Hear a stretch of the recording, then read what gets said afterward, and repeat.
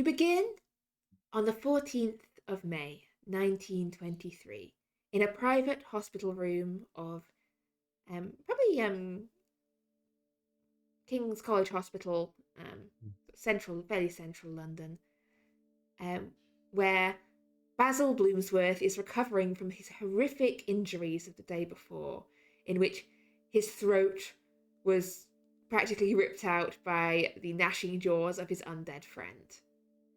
But having received a little visit last night from Delphine Delaney of the Whitechapel Medical Clinic and Caduceus Foundation, Basil is feeling much better this morning than he has any right to do.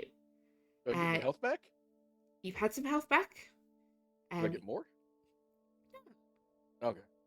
I tried. As you awake, the wound on your throat has mostly knitted together. You can speak again. The wound is closed up. I mean, you're still not entirely back to normal, but you're feeling much healthier than you have any right to do, given the clawing injuries and tooth marks that marred your body yesterday. Especially my legs. And your legs, yeah. I mean, it says most of your wounds have closed up. Like, you're not completely healed, but you feel much better. And you still got the bandages around of your wound. And so probably from the outside, it's not immediately apparent just how healed up you are. But we begin in this hospital room. You're in the bed, and the 4 other members of the London Esoteric Society are present. Your wife Galatea called in early this morning to see how you were doing, but she's not here at the moment. She left a note. She called while you were sleeping. She'll be back later. But yeah, as the 5 of you are gathered into this hospital room, I will hand over to you to see how this day is going to go. I have important news. Oh, you can. Basil, you're talking already. Yeah, that's odd. That's impressive.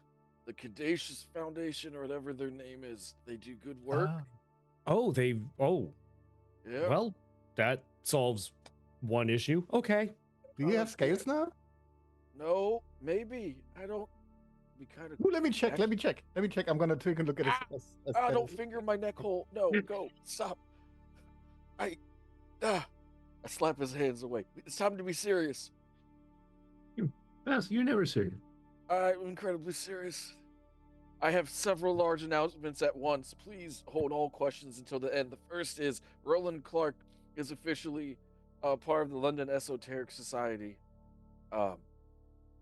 After we vote him in. So, here we go. I pull out a piece of paper and I write, I, Basil, blah, blah, blah, nominate Roland Clark, blah, blah, blah, sign it, date it, and to pass it around. If you don't vote yes, I will be shooting you in the foot until you have no more toes or I have no more fingers. That is the first order of business. The second order of business is I will be stepping back from my leadership position mostly because I am a fucking moron. I went from having an incredible run of brilliant ideas, mostly because they were force-fed to me by a celestial being, as best I could understand, to now being as dumb as I am handsome, in my wife's eyes. So the next order of business will then be that tonight we are having a seance. I would appreciate it if all of you attended. I need to apologize to Nigel. I am no longer trying to bring him back, which is why our third order of business is a decree in which we will abdicate any more attempts on bringing Nigel back. I write all of that out. I actually probably had that one pre-written. I sign it. I date it.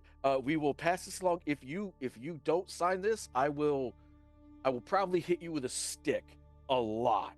I'm running out of threatening jokes, so I need to save them. And by stick, I mean I will shoot you in the stomach and roll you down a hill. I still got it. Okay, after we all vote for that, I will then burn that piece of paper because that sounds really incriminating, with or without context. And then my fourth order of business is I am still incredibly good at violence and talking, so whatever decisions you all come up with, I will abide by and do my best Oh, and also I am going to be a father. So, we'll have a busy day. So, what kind of a medication did Mr. Lady give you? Because that seems like it did a lot to your brain. It sure Stop. did. Yes. Stop looking at my hole. It filled my hole, my neck hole. It is much smaller than yesterday, so. Yes, yes, and I've Well- pushed the bandage down. Well, his neck is still as large as it ever was. No, but the hole where I almost died. Ah, yeah. Yes, Yeah, his hole's a lot tighter, so. yes, Mm. it's better that way. Anyway, although it's also a lot drier. Anyway, we have to do a lot of stuff, so I will be checking myself out of the hospital. No, my wife does not know. If you tell her, she will probably kill you before she kills me. So, Well, then Enjoy. why give up the room? Just because you're probably going to be back here. no, if I make her mad like that again, there will be no need for a hospital. I see. Oh, Most likely just a ditch or a Should pond. we should we start digging a hole in the garden back at No! the? No, Yeah. we actually need to fill the entire garden with concrete, about 100 feet high, and then set it on fire.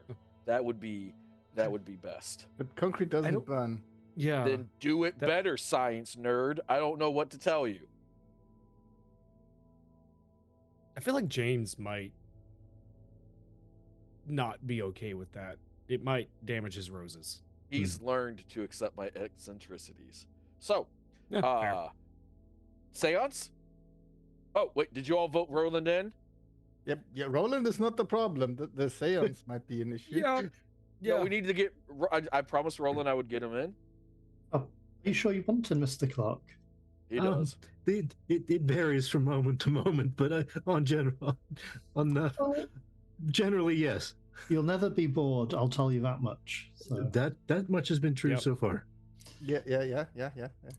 so as long as you want in, I see no problem with it. I don't actually know anyone who does seances, so well, Lucy I suppose it'd be a probably nice help us, end though. to the evening. Lucy could? Oh no, I shouldn't be alone with Lucy. Why? Because well- you took her leadership position. Yeah, I was gonna ask how Lucy feels about that. I think she understood that she wasn't here. I was. I think she also understands that our understanding of leadership doesn't mean I'm the boss and you have to do what I say. That's never been how the society has been. Well, that's never how the history of the society has not had many instances of that. It's kind of like that in Peru, though. Well, so in Peru, none of you knew about the mythos, and I was literally responsible for all of your lives. And on top of that, I was really lonely and sad, and I bonded quickly. Is that where Steve the Llama came into play? We Oh, don't so it's speak that form of demon's name. bonding. So Steve the Llama is not to be understood, he is to be experienced. And you experience him being an uncanny animal, seemingly finding new and horrible ways to defy you at every turn. I hope he doesn't show up at the seance, but seance, I'll have Gally do. I'm going to call my wife, Keeper, and just tell her. Okay, so you leave the hospital room, find a telephone, and put through a call to your house. Yes. Galatea Bloomsworth. Hi, honey. Ah, I'm going to ask you. wait, why are two you out of questions. bed? Well, you can see how much better I'm talking. What? You're talking. Yeah, I How know. are you talking? Society business. Oh, yeah, okay, that makes sense. Yeah. So, here's the thing. I want to take part in a seance. Bad idea. It is a bad idea, but I need to apologize to Nigel. Very bad idea. I know. So I want you to be in charge of the seance. Look, it's either you or Lucy, and I just presume that you're a little more competent. And I'm trying I to ha- play her animosity keeper.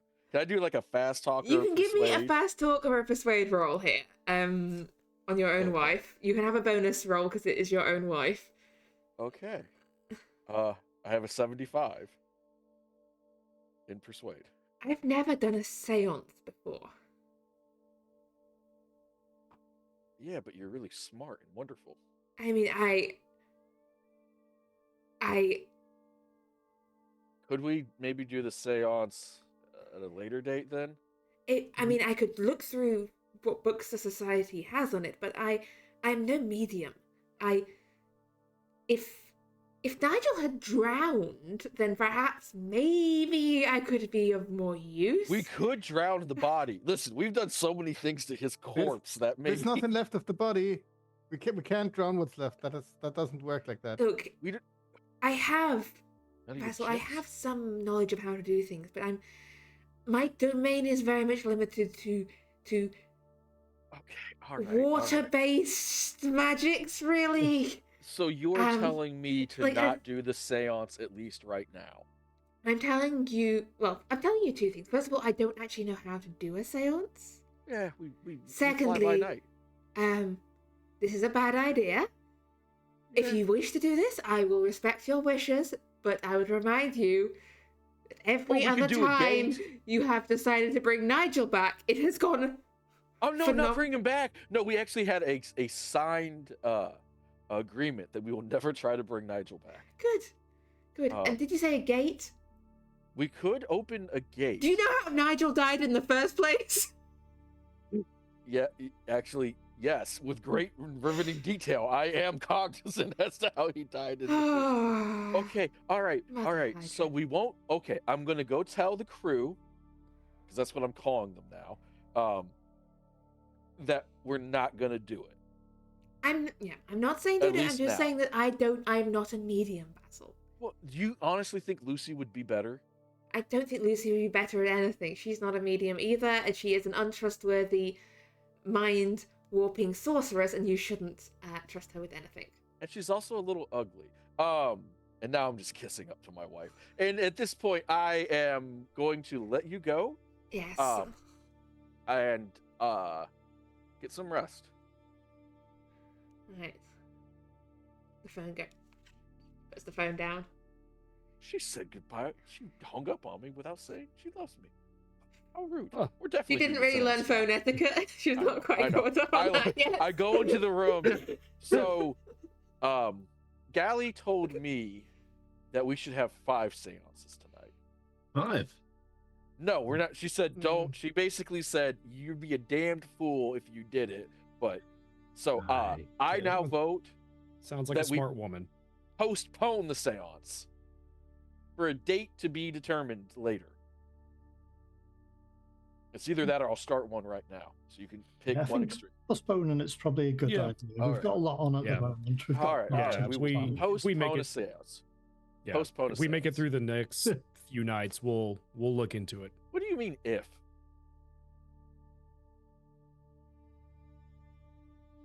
When we survive the next few nights, does that make Okay, you but when you happier? do it like this, it takes a. This is why you're part of the crew. Because of that attitude right there. Very winning. Okay. All If right, you so saw what I saw, boy, we need big, powerful stuff. do you actually think you've seen more than me, boy? No, I just know what I saw, what's going to happen at this party. I mean, have we also seen a lot of stuff? Like, Perhaps we should just head to the society and carry on this conversation rather than. Yeah, let's do that. That is In the hospital. Yeah, so Probably you, a good you, idea. why? you check out of the hospital and head back to the London Esoteric Society. I yell, Um, James, I'm home, baby. Oh. James, I'm home. Good to see you back. So you're looking incredibly well, sir. I- And Mr. Gavigan called whilst you were out. Think about asking if Mr. Savoy was there. Apparently, you've been trying to get in touch with him at his home address, and he wasn't there. He Oh. said he gave me said Misa house 7 p.m. Evening wear, but take some a change of shoes. Well, that And clears that up as he much. said up apparently Misa house. I looked it up. Sorry, I took the liberty of looking it up. So it's out in Essex, a place called Walton on the Naze, out towards the coast. About 3 to 4 hours drive out of London, Who's driving? or 2 hours on the train. Oh, we could always take a train. I mean, nothing ever gone wrong on a train, right? I don't know. I'm led to believe they're perfectly safe. Yeah. I think I read something from the train station to the house. I think you probably need to be picked up. The train station is in Walton on the Naze. The actual property is some distance away. It may be maybe safer to drive. At least then we can bring more items along with us. That is true. It would be a I'd lot rather- easier to bring it in a car. Well, James, I'd rather thank drive. you.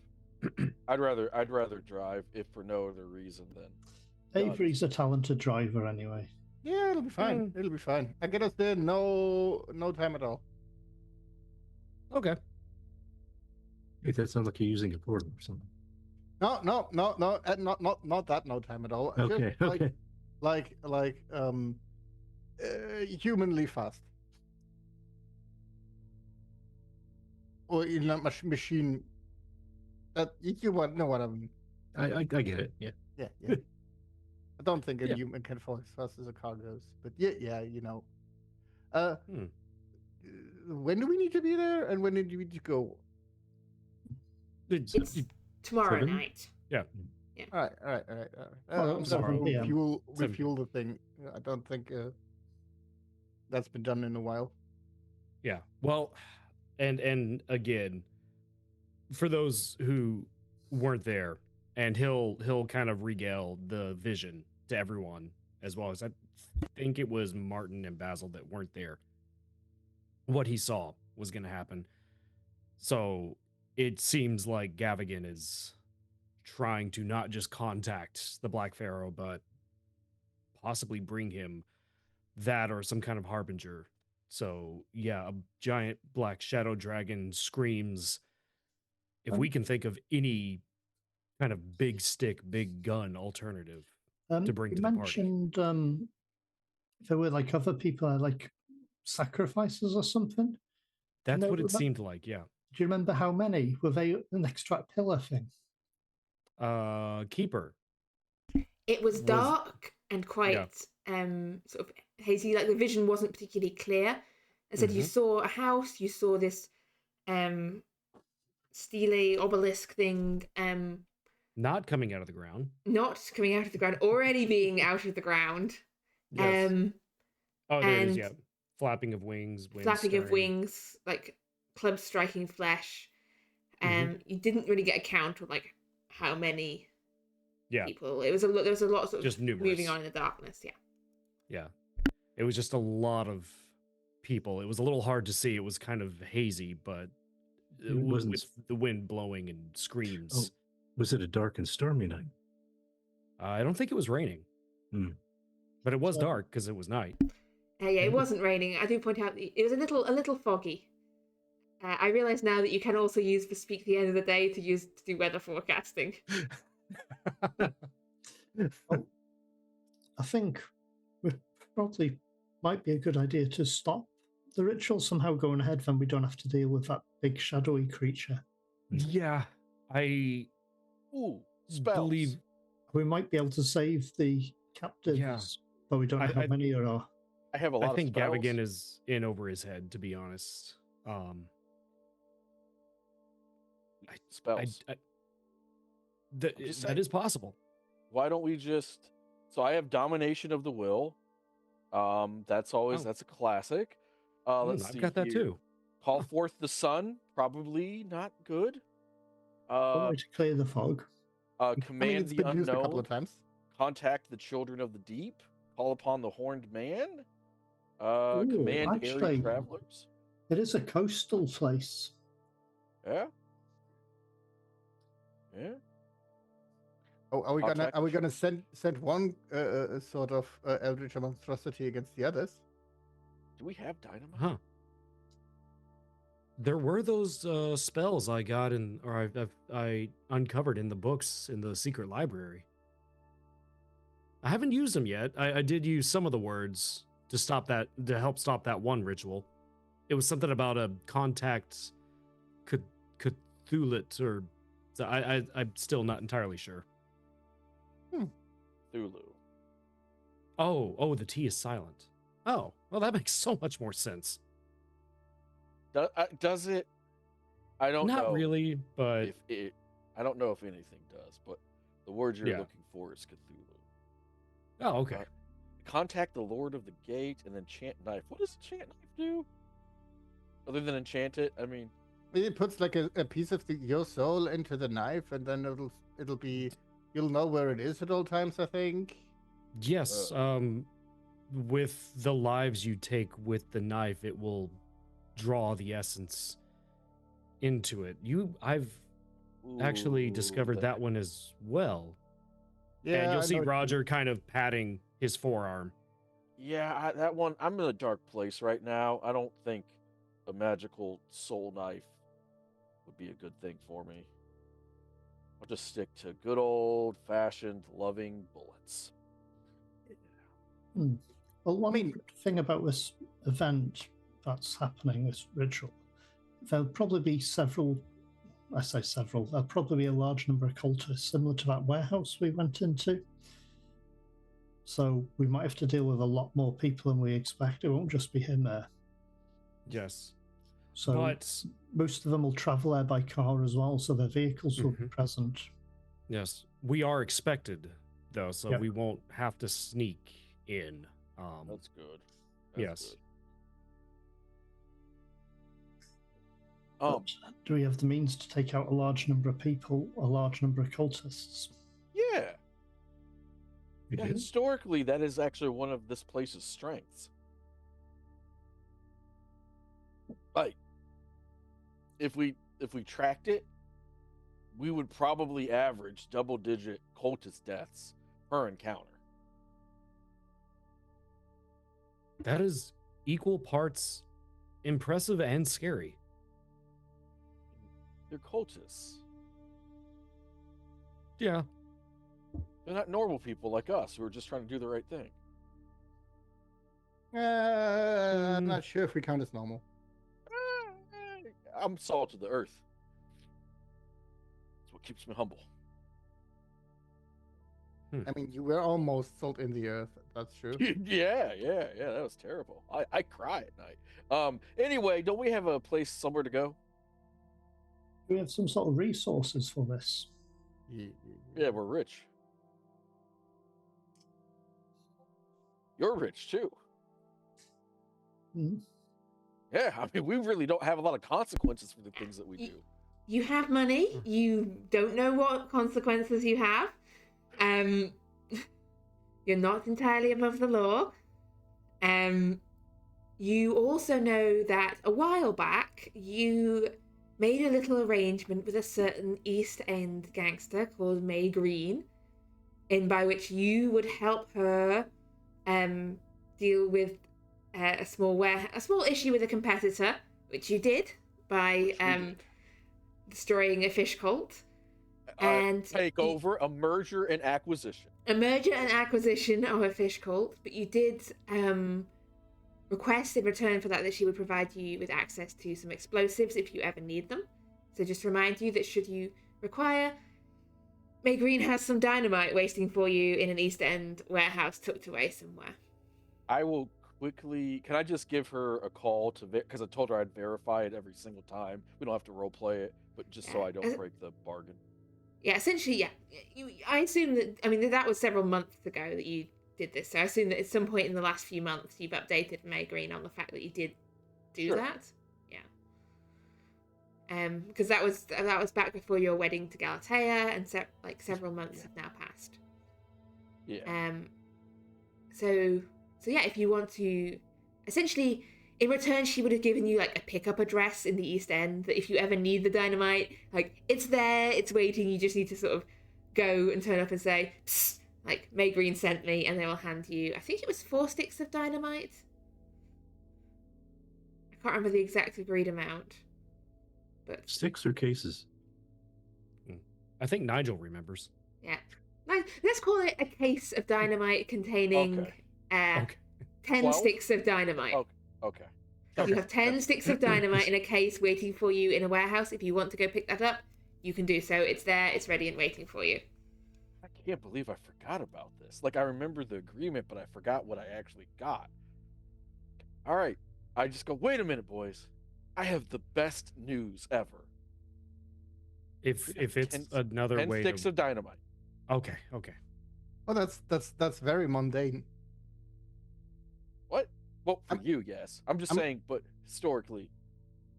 Yeah, but it's like just based on physics and not any, mundane. Wait, do you want to bring your lightning gun, Avery? Oh yeah.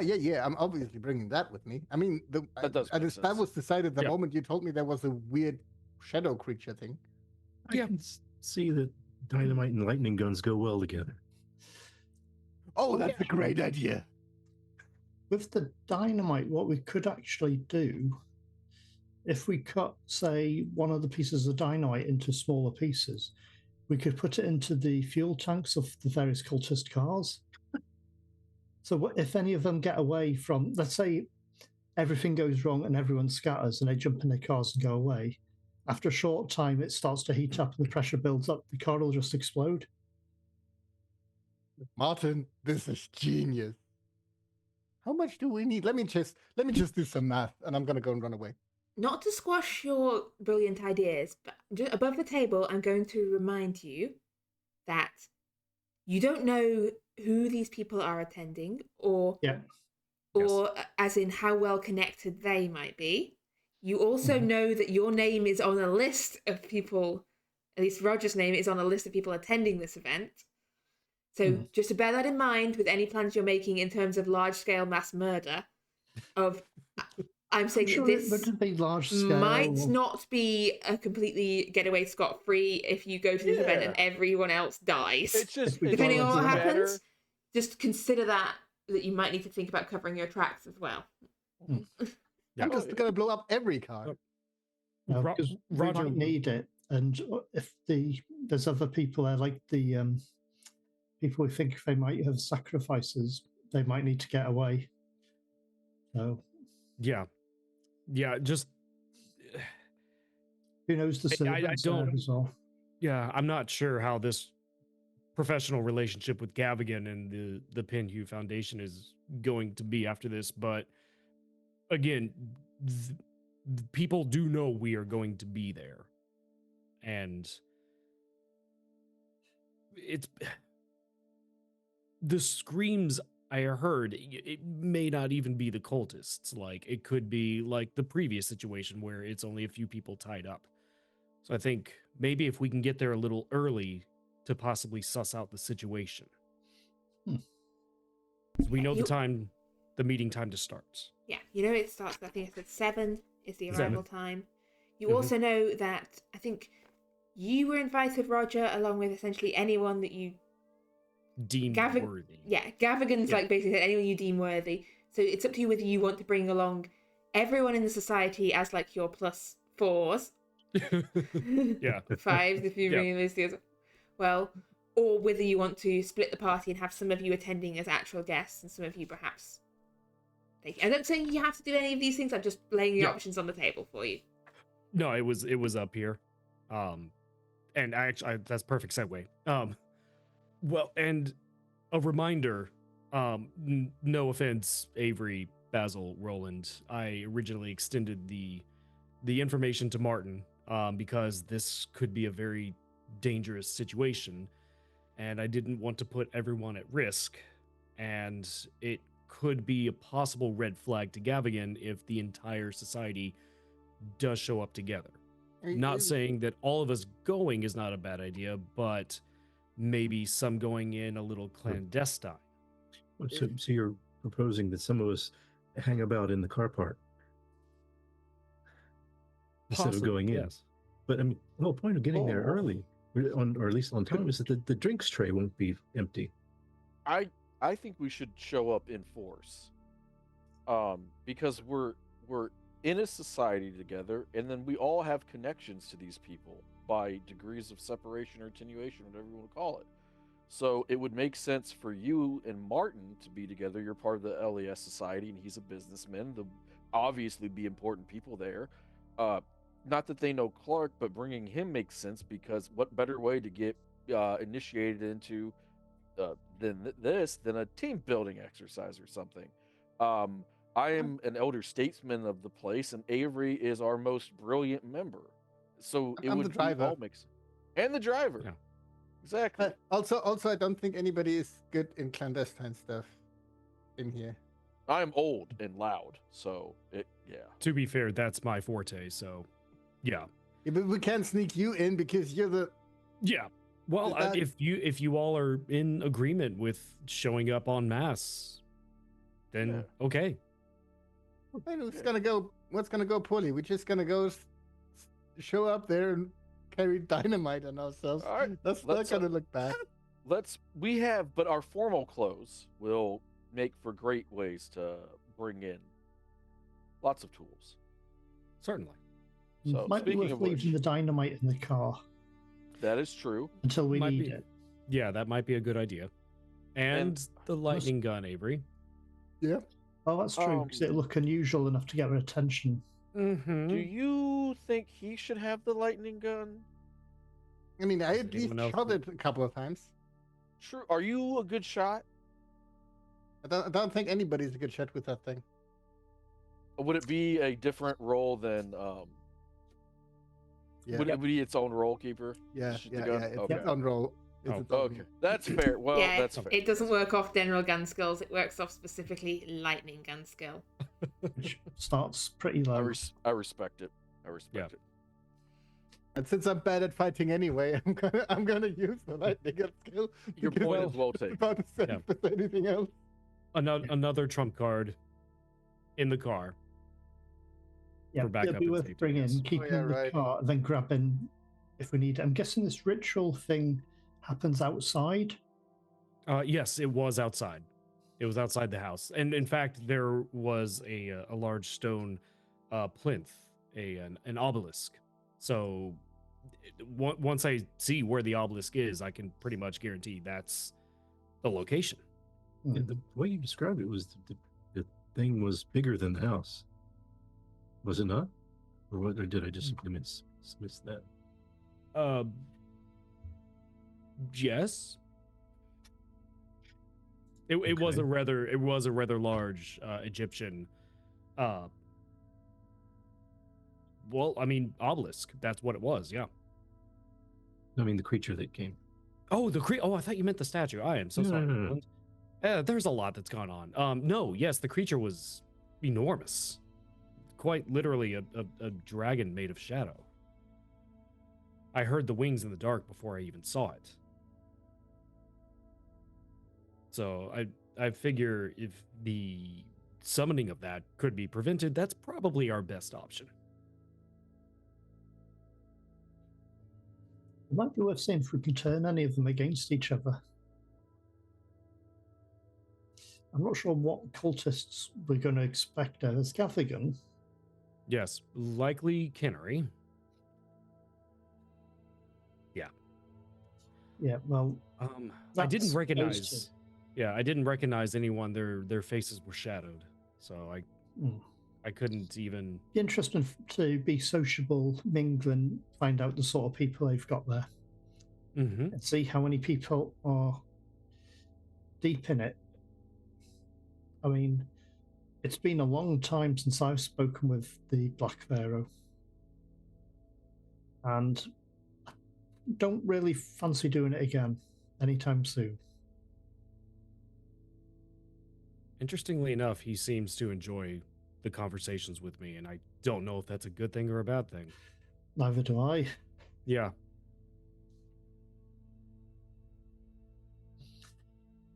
Well, okay. Mhm. I guess some of us are off to get the Hack. giant boomsticks. What I've got an idea. I might try to make some sort of smoke bomb type things. That worked really well in the theater. But I might ask Agnes if she's got anything interesting that can be added to make it like a sedative type effect. Because if there's plenty of innocent people as well, we do not want people to be killed by it. I would prefer not, yes. Because there's something that could. There's a room full of cultists, something that'll knock them out effectively or sedate them to make it easier to subdue them, perhaps. A lot of pepper. Just like, congratulations, nobody gets to breathe in here. But yes, I'll look into something like that, see if she's got anything interesting. I won't make loads, we're just talking one or two, just something different, an extra trump card as such. Yeah. Maybe break up a large group. Something like that.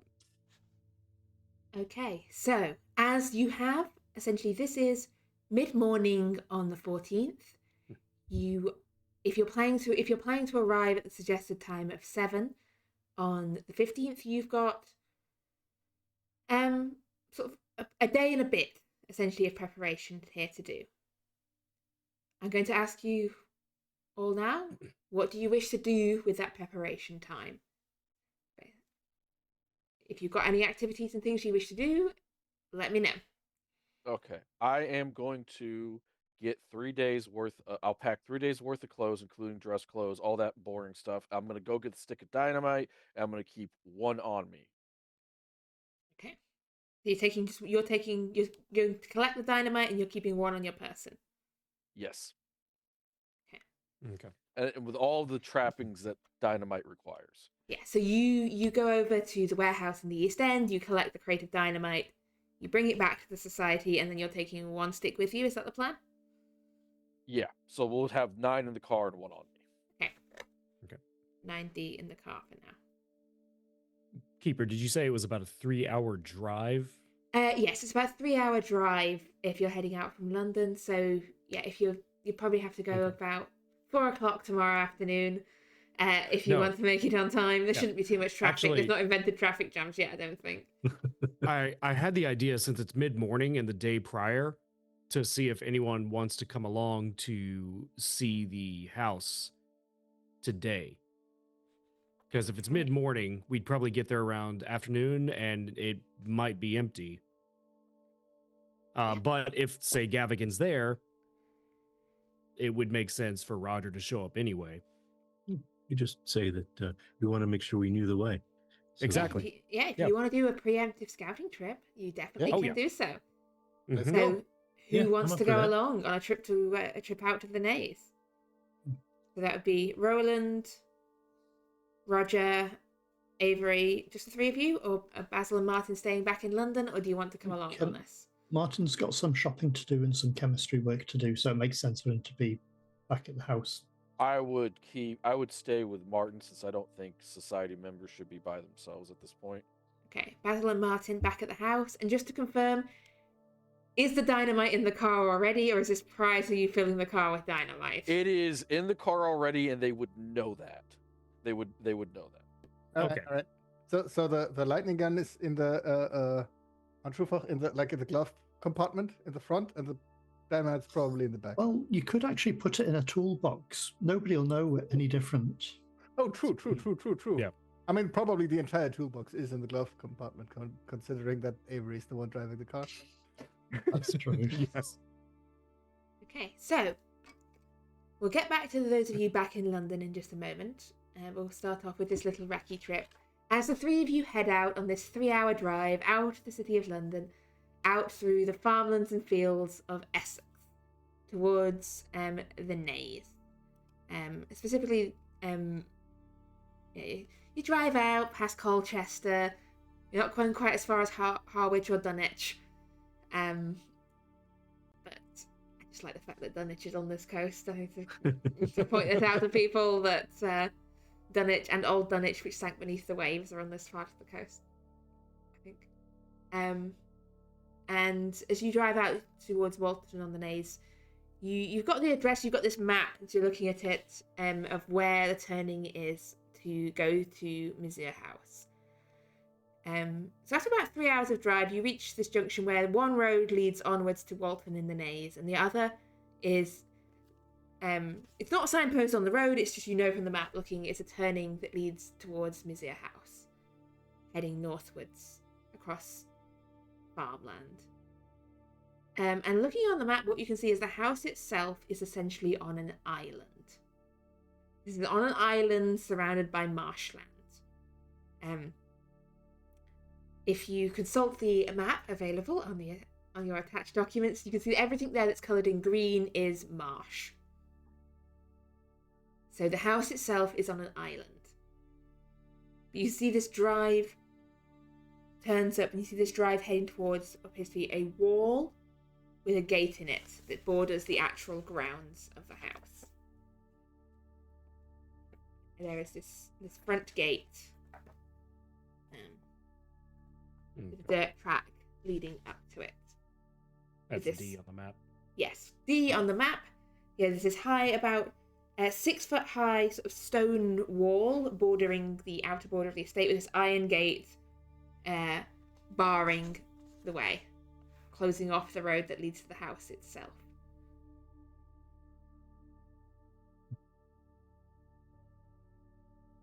Does the area look well traveled at the moment?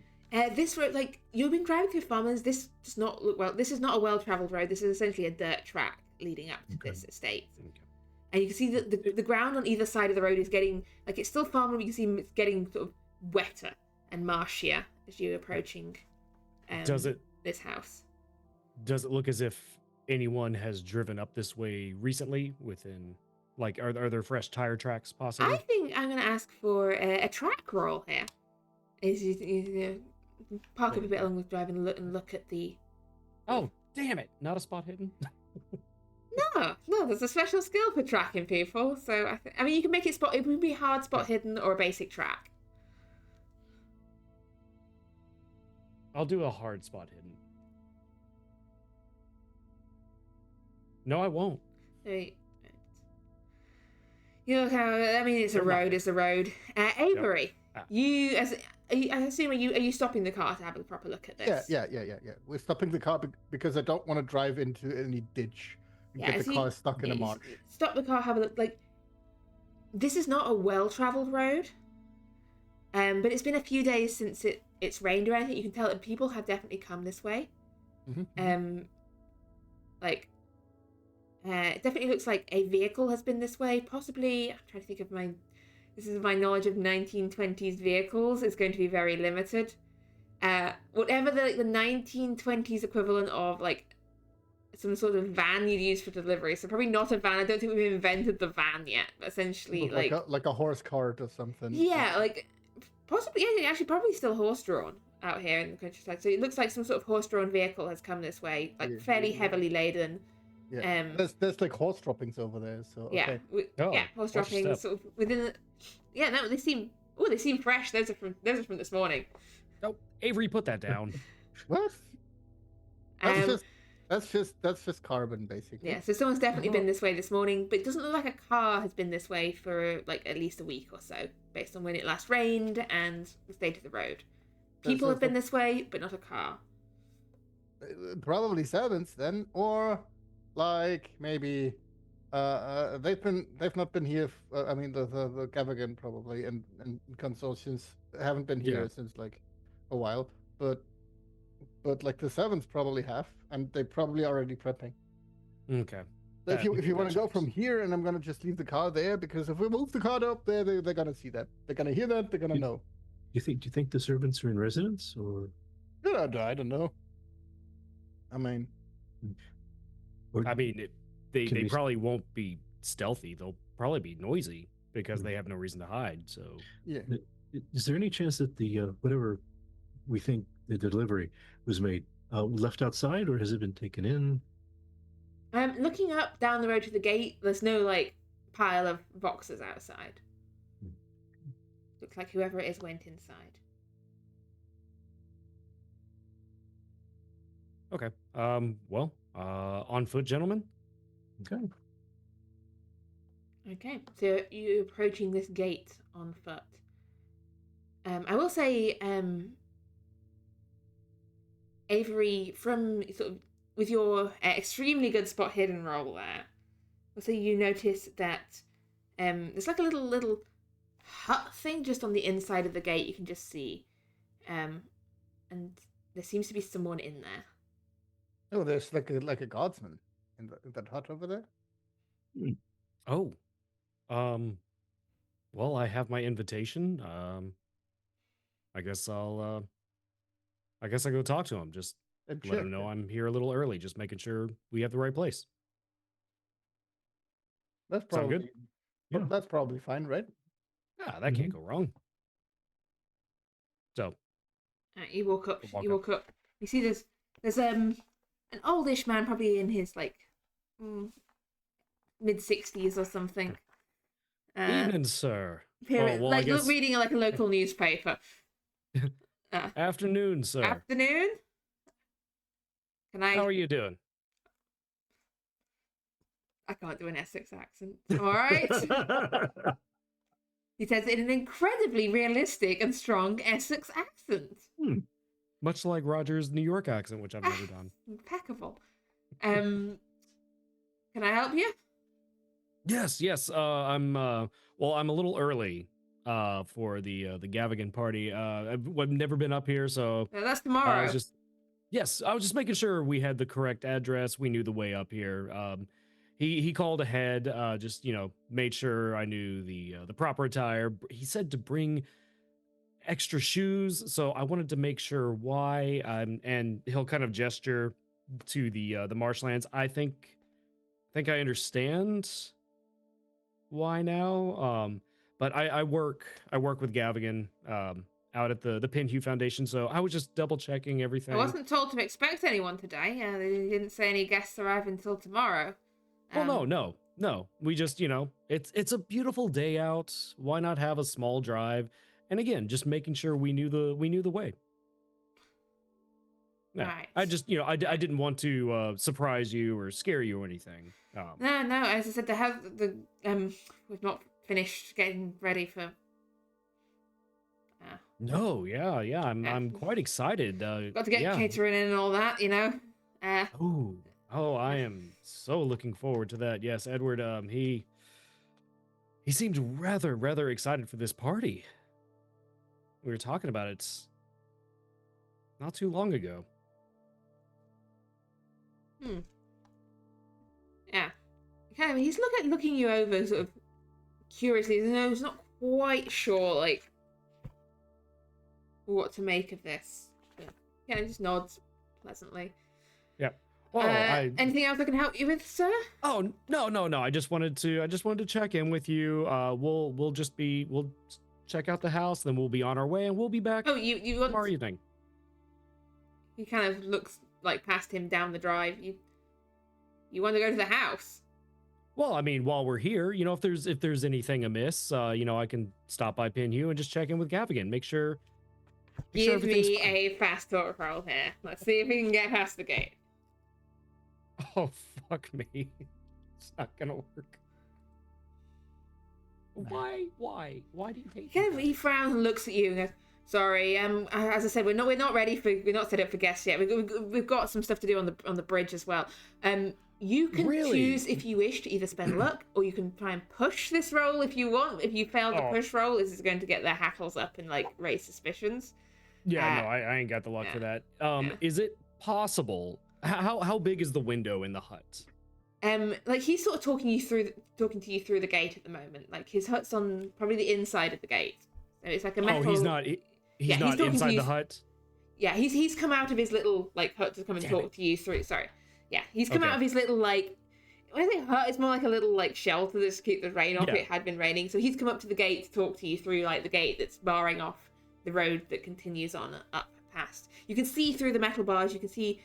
The road continues like some distance ahead, and then you can see there seems to be some sort of ditch perhaps, and then beyond that you can just make out what looks to be like a small like bridge over some water to carry on further towards the house itself. But we can't. Can we see the house or sign of the obelisk You itself? probably can see the house from this angle. Like, you can probably see, like, so the road, the path continues onwards. There's like a bit of a bridge over some water, and then on a slight rise, barely a rise. Like, this whole place is really quite flat. But slightly further ahead, you can see a house sort of dead ahead.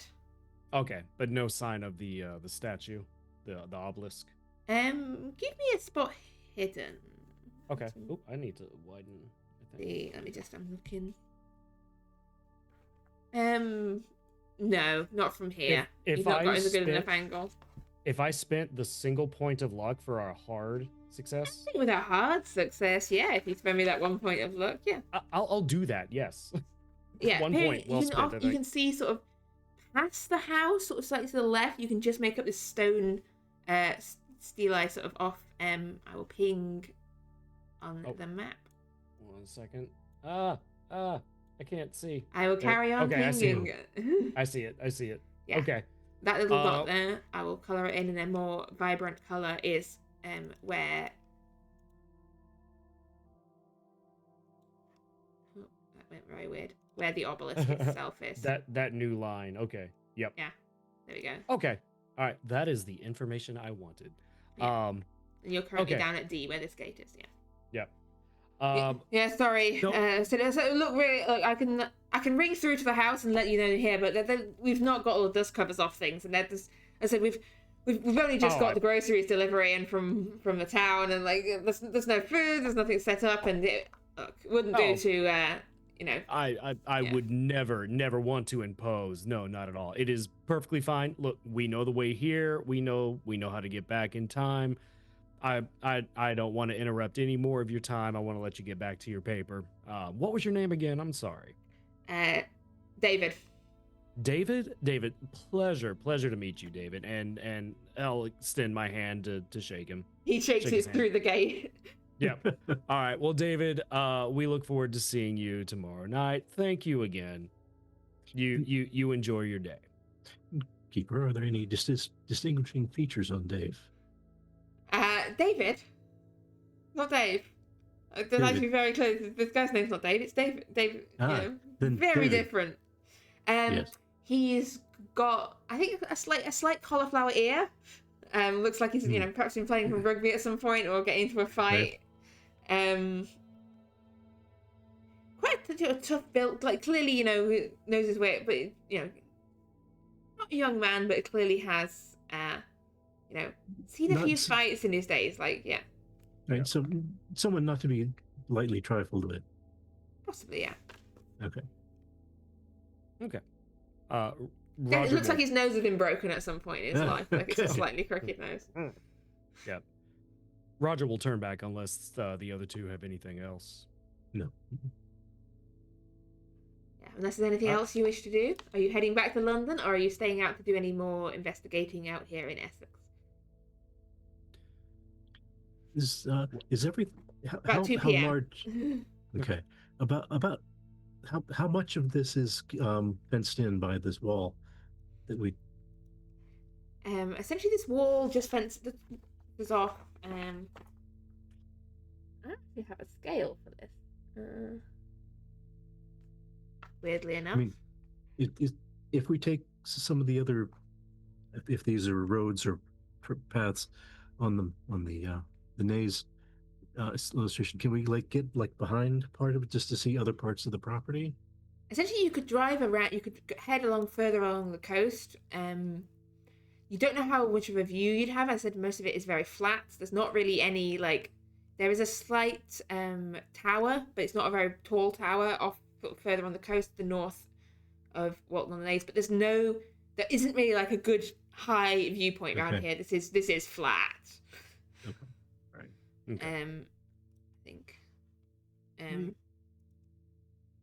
I included a picture in our little group chat of what the modern day, like what the Naze actually looks like, to give you sort of an idea of what we're talking about here. Oh wow. Okay. Yeah, I think the channels are slightly wider in the modern day, but essentially that's sort of the landscape you're looking at here, like wet, marshy islands. Oh, okay. Flat, So not flat like a lot of farmland. trees or anything. Right. No. Right. So Yeah. maybe maybe we just go back a bit.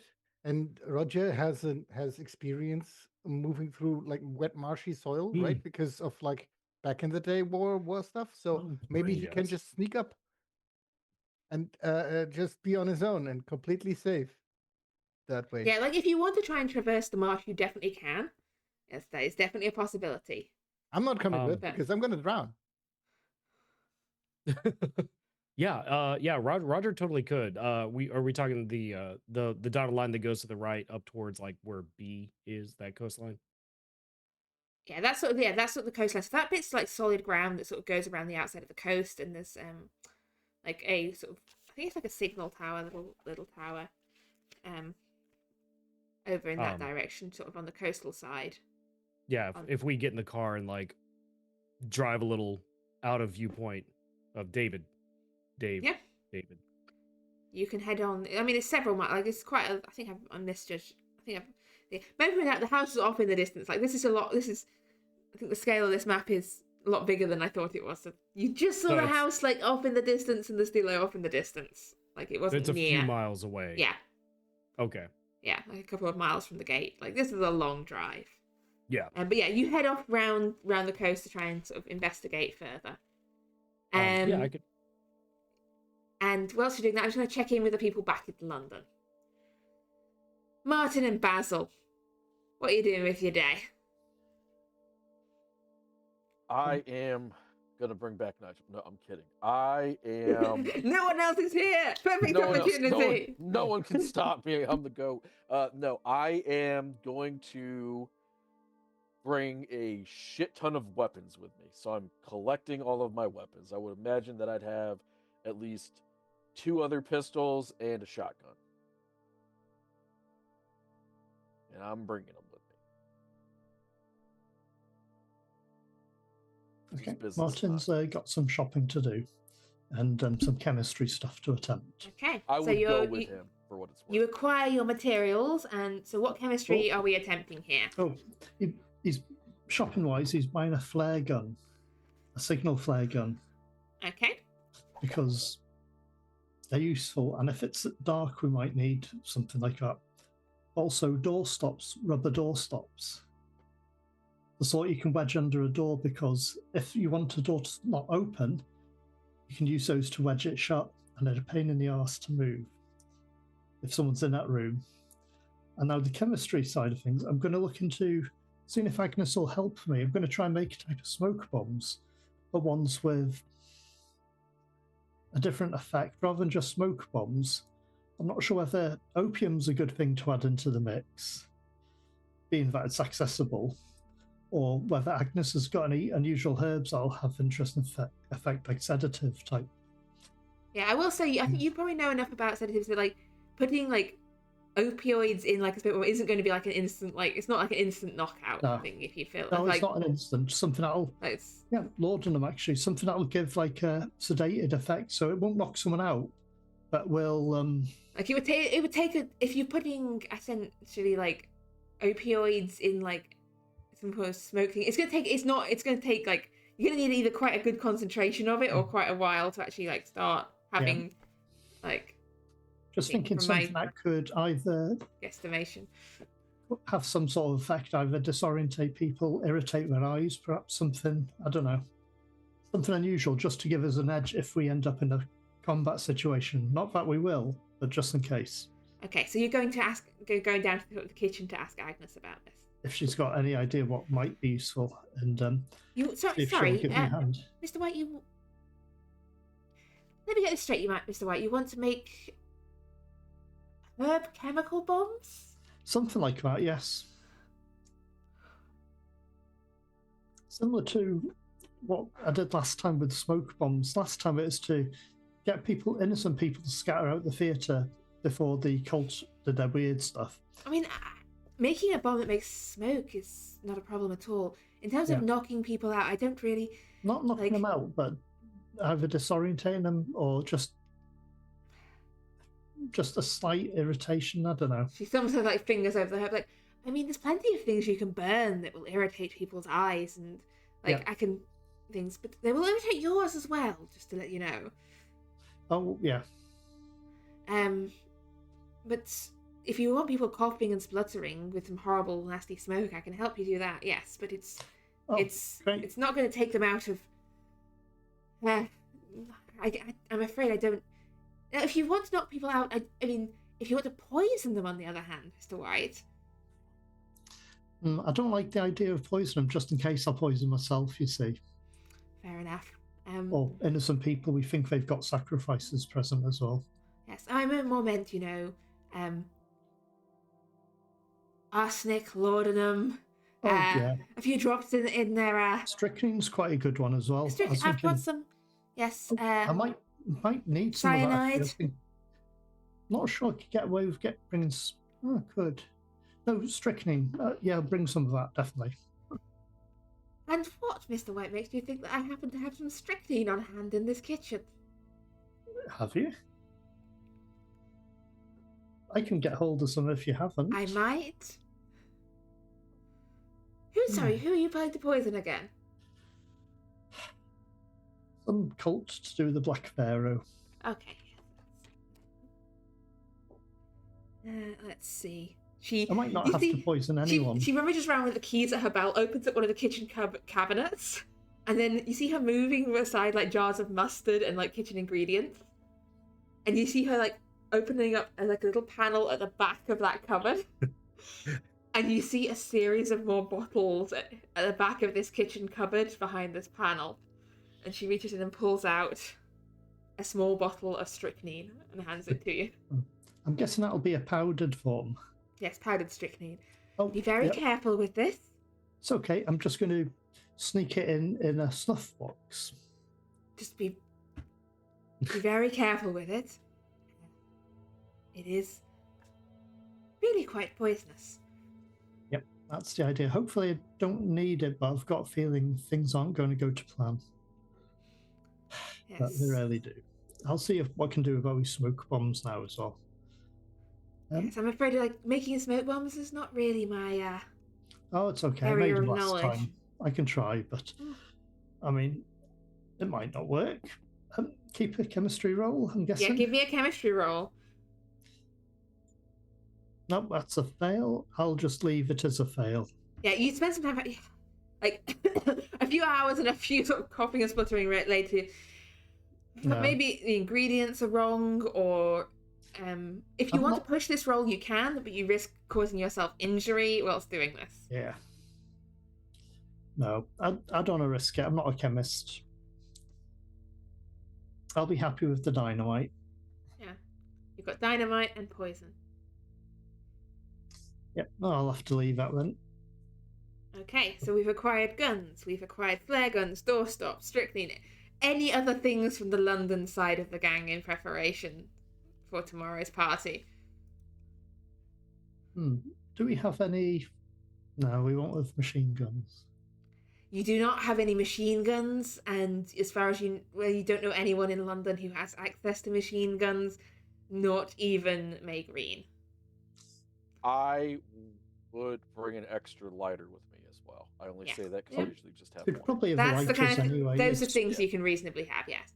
So we haven't got any evil eldritch entity type device things we could use, so we'll just make do with what we have. I think that's as well prepared as we can be. Yeah. That's good. So yeah, you've loaded up the arsenal. Meanwhile, back on the Naze, the three of you have driven around up the coast, away from the main gate of Mizia House. As I said, a little further up the coast, there is this essentially, specifically 86 foot or 26 meter tall, tower, standing up, out in this flat landscape. You brought the binoculars, didn't you, Avery? Just for standard equipment. Let me check. I'm gonna dig through my equipment and see if there's the glasses in there. Yeah, trying the door at the base, you find that it does appear to be locked. It does or locked? doesn't? It Sorry. does. It does. The Okay. door at the base of the tower is locked. How locked? How good at you are unlocking things. I mean, get out of the way here. Just gonna break stuff. Bear in mind, you do have a car full of dynamite. I'm not gonna blow up a door just because it's locked. Let me just locksmith Yes. my way through here. Yes. Give me a locksmith roll, see if... It Quite doesn't. locked, actually. Yeah, pretty that's- locked. That's pretty locked. I'm just gonna lock my way through that. With the Yeah, hit points you that getting I'm lucky? missing. Yeah. Oh, it's quite... Yeah, no, you got the right angle. The lock springs open. And inside, there's like 111 steps climbing up this tower. The specific number. I have some information on the Naze Tower here, so I'm using my specific information on exactly how many... Look, I have an entire paragraph here detailing the Naze Tower and exactly how many steps it has, and I'm going to use it. Well, gentlemen, it's time for leg day. It doesn't Yeah, specify yeah. what colour the walls are, I'm afraid. Let's call them an off-white. Eggshell white. Yeah, a kind of off-white, slightly greying in places. This place doesn't get a lot of use. You climb up the stairs, and from the top you can just about see like the house, sort of surrounded by this cluster of trees across this island. But like, it's not a very good view. Like this, there are, I said a few trees around the house itself. Did you bring us some binoculars? Yeah. In which case, you can give me a spot hidden through some binoculars. You want to take a little look see? Sure. Okay. I'm gonna take those. That would be a hard success. If you Okay. need 3 points for extreme, I will. Nope, give... hard is good enough. Looking over, you can see, like I said, it's still a fair distance away, but you can see a couple of people seem to be moving around the outside of the house. Definitely looks like there's at least like 3 people in evidence there at the moment, but obviously that's only on the outside of the house. It's daytime, so there's no sort of lights on. You can faintly see beyond the house. There is this stone stele off in the distance, but it's quite a long way away. You can't really see much of what's going on around it at the moment. You can see the long drive heading up from the front gate. You can see that it goes across this ditch, and you can see that there is this little bridge which does look to you like it could be essentially swiveled and closed off. Like, this could be made into a full island. Like, it's essentially a modern day equivalent of, it's got a drawbridge. Like, it's got a moat, it's got a drawbridge. This is like how wide is that moat? I mean, is it more than just wading across? Yeah, it looks like more. It's like a channel dug for boats. Like this Okay. is Alright. it's like an access like boat channel. So Yeah. Okay. it looks like if the bridge wasn't in place, you'd have to swim across to get. So on 2 sides it's full on swimming to get to the island. On the eastern side, it does look to be more marshland. There's perhaps a way you could wade and pick your way across the marshland to get to the island from the east, but you'd have to be very careful making your way across marshes. And yeah, essentially this is an island. It's got one proper way in, unless you've got a boat. I mean, maybe we can organize a boat. And also, Roger, do you think you can get through the east over there and then just rig like the stele, this obelisk thing with the dynamite, so we just blow that up before the ritual is, and then we'll have all a normal party because nobody knows who it was? I guess Roger will take a look, and yeah, it does look traversable. Does it match the vision you had? I mean, from what you can see. That was nighttime. This is looking at it from like a couple of miles away through binoculars. Okay. It's Yeah. Alright. probably, but you couldn't say with 100%. And yeah, you think it's possible to make your way through the marsh, but it would not be easy. Okay.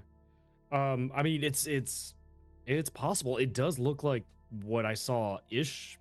Again, the vision was very foggy and it was at night. I'm not gonna say it's gonna be easy, Avery, but it is a possibility. And I mean, rigging up some here's the problem. If we rig up the dynamite at the obelisk now, how are we setting it off?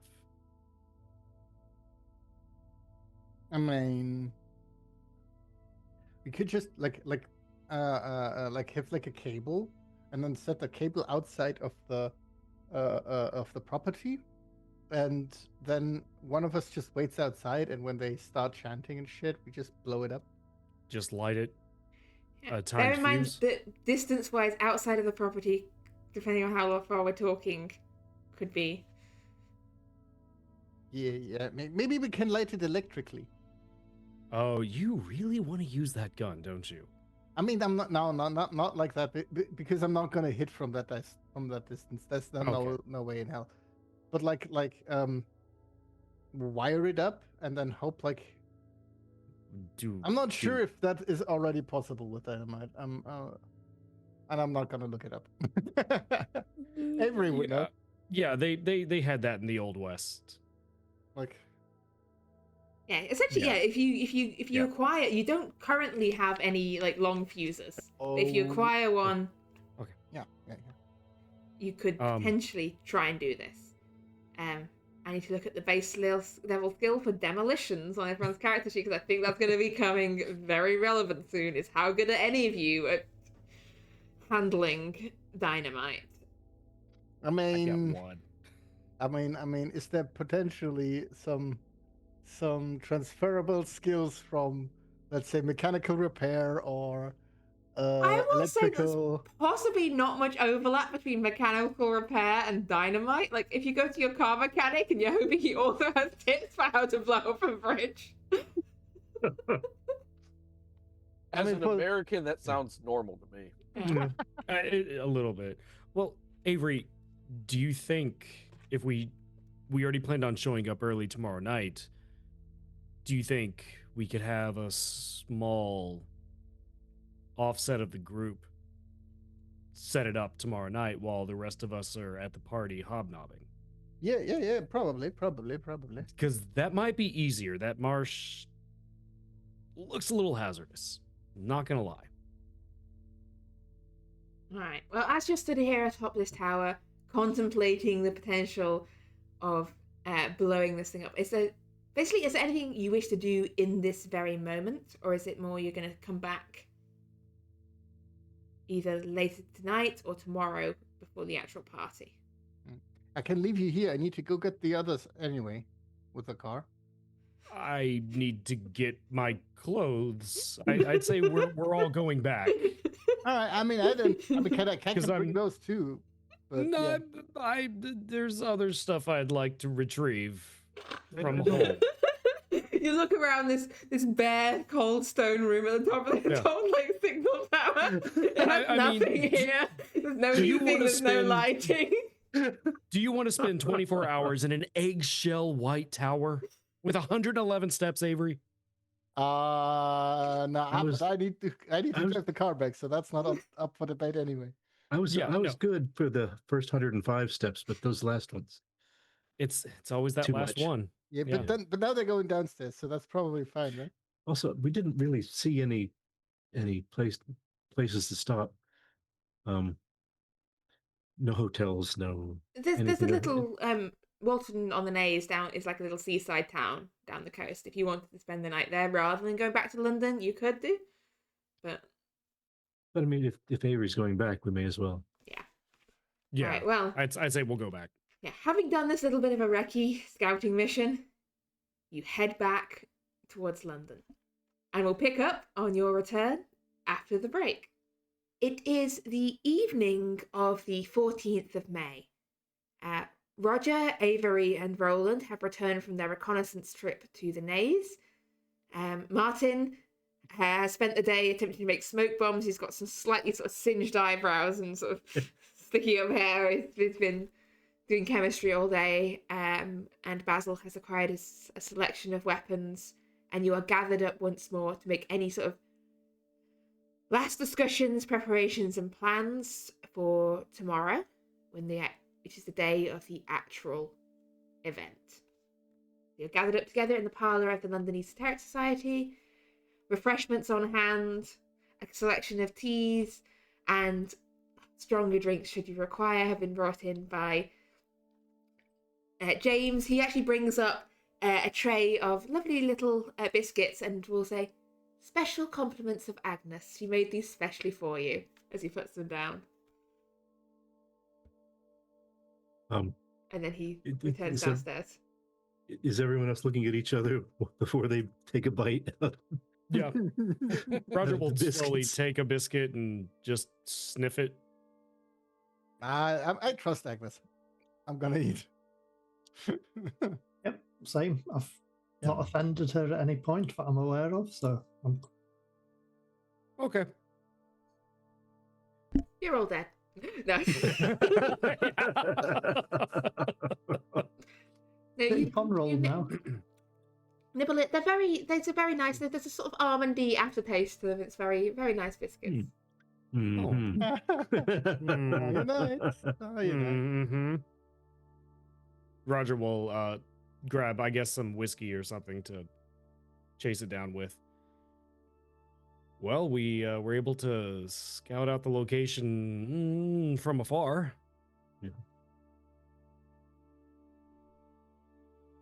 He does seem to. He does have a guy out front at the gate, though. I mean, Yeah, he's not one to be trifled with.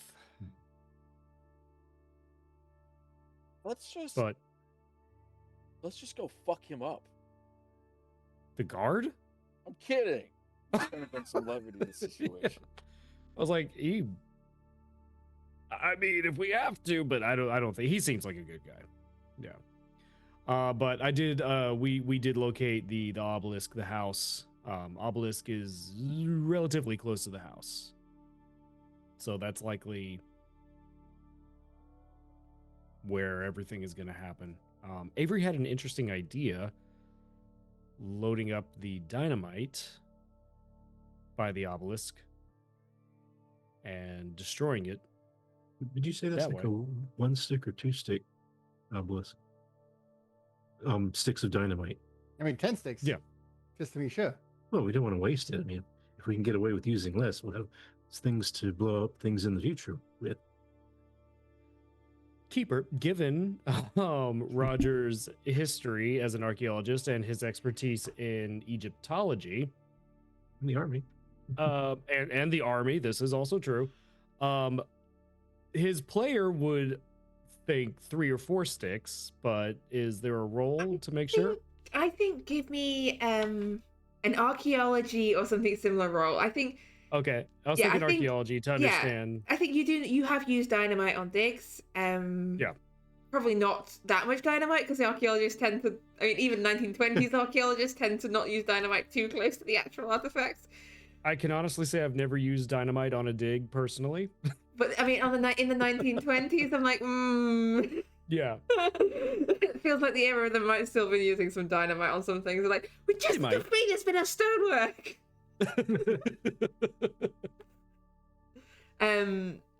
You reckon this is a 4-stick obelisk. Okay. Yeah, you've never blown up any Egyptian antiquity, but you've seen that. You were in the war. You've seen Yeah. explosives being used. Yeah, I'd say 4 sticks would probably do the job. All right, I'm going to take a 5th one just to be sure. Okay, that still leaves us with 5. Does anyone know how to use and set up dynamite? I thought you just set it on fire and ran. No. You need a detonator cap. At least even I know that. So I pull out my stick of dynamite and I go, so I can't just light this, throw it, No. and go? No. Well, then why does it have the fuse? No, the fuse goes to the detonator cap that provides the blast wave that actually sets up. I'm just a newsman. I know that. Well, I use guns and hands. Most dynamite nowadays they use a detonator cap. Old school dynamite, you would light a fuse.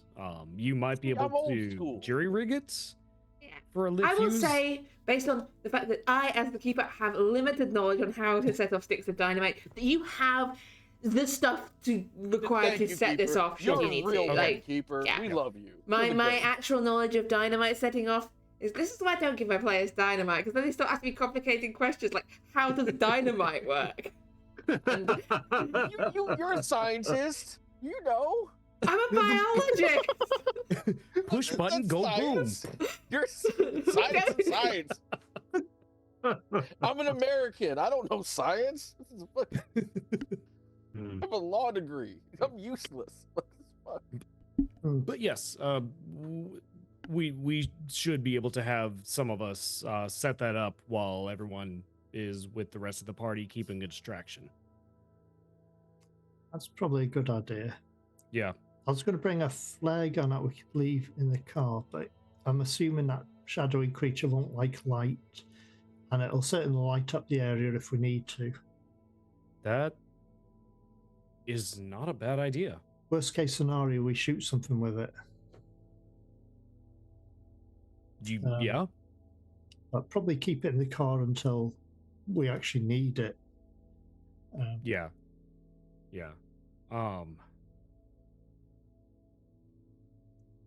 How did the ideas on dispersing the crowds? Well, I didn't do too well on the smoke bomb side of things. I couldn't quite get the hang of it. I'm not a chemist after all, but I think blowing up the obelisk is going to disperse the crowds. Actually, yeah. I mean, probably.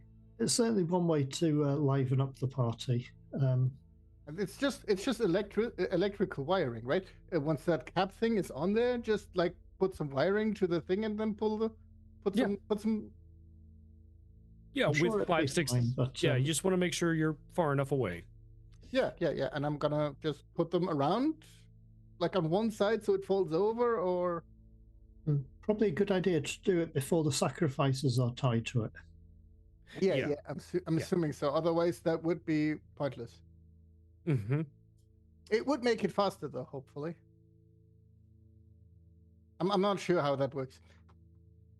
Yeah, it was all kind of a blur anyway. I mean, there were I remember seeing the figure holding the scepter.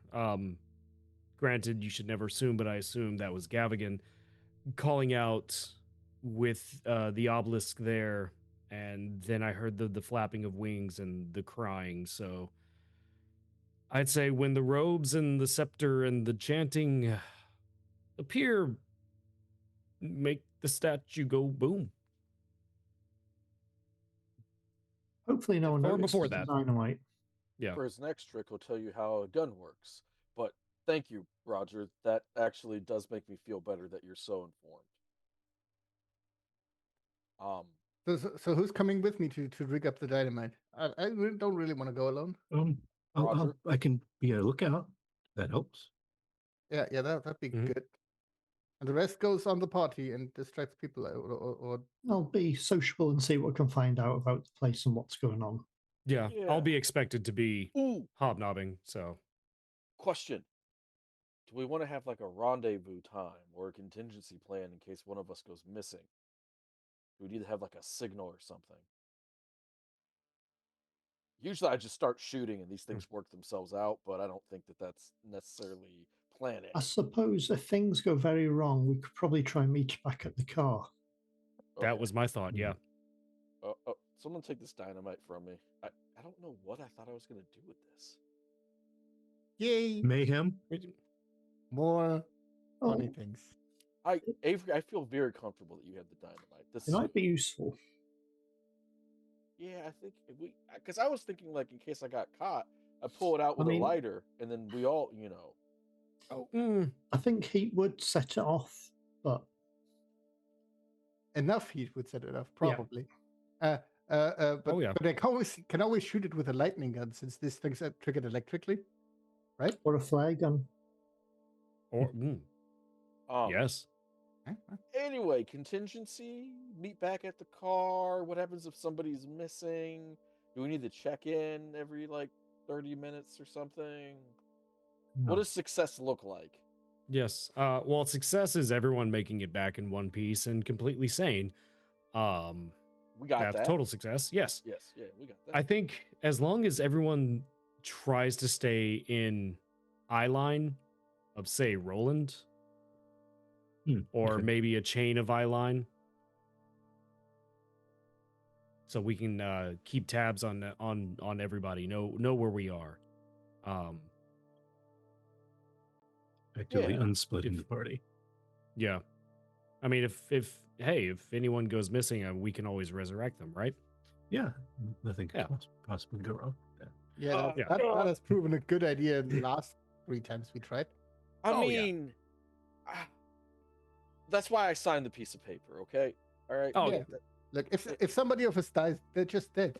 That happens. Oh, it was a joke. Yes. Yeah, No, I yeah. think the car is probably gonna Yeah. because if the signal is the explosion going off, most people are gonna be running to their cars. Yeah. And then if So I it see won't any... look. Oh, go ahead. Sorry. I was just gonna say it won't look out of the ordinary.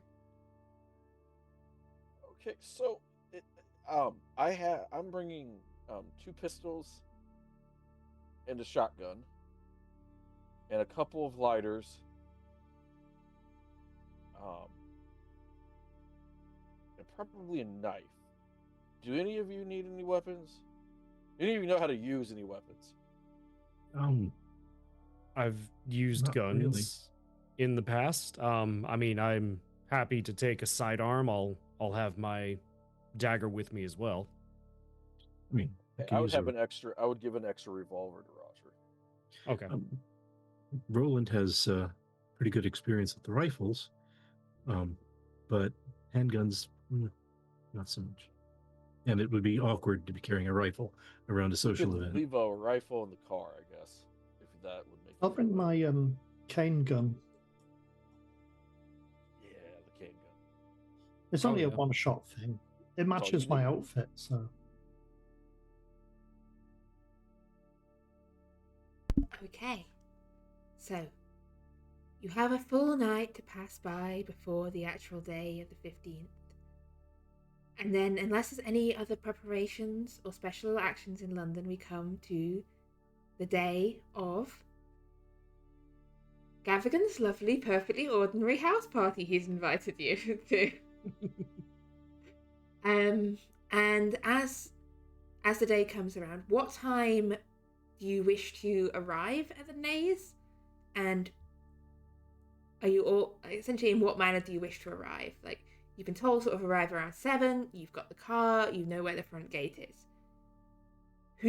At what time would you be arriving the gate? Who's in the car? Who is perhaps not in the car? What's I would happening? assume an hour early. Fashionably, though. Yeah. Oh, fashionably, yes. gives us time to mingle with the people there. Mhm. Mm-hmm. It would be all be in the car, because unless we can jump the wall later. I mean, we need to be inside Okay. because there's a 6-foot wall around that perimeter, right? Yes, there is, yeah. Yes. I mean, yeah, we would. Should we just all go in through like the front and just get our way away from the party and to the obelisk first? I Try think to split Well, off, or do we go and infiltrate from the outside? we need to show up and be seen, right? We're expected. I mean, have not to, everybody. yes. Yeah. Roger has Yeah. to, but not everybody else. Otherwise, Roger would be the sneaky boy to do the infiltrating. That would be Well, better. If But- we got caught sneaking into the obelisk uninvited, or Roger then has to explain that would be a huge risk. Yes. Yes, it would. I mean, I Gavigan told me to invite anyone I deemed worthy. So I can vouch as the entire society being my guests. We are worthy, and we have those Yes. connections. Yes. Yeah. And there's a reason for all of us to be there. So no one technically has to sneak in. Yeah. More I don't so wanna sneak it's in. no, it's more so getting away unnoticed towards the obelisk. And that's just finding the right time. Yeah. We're all good at Certain that. people keeping attention on themselves.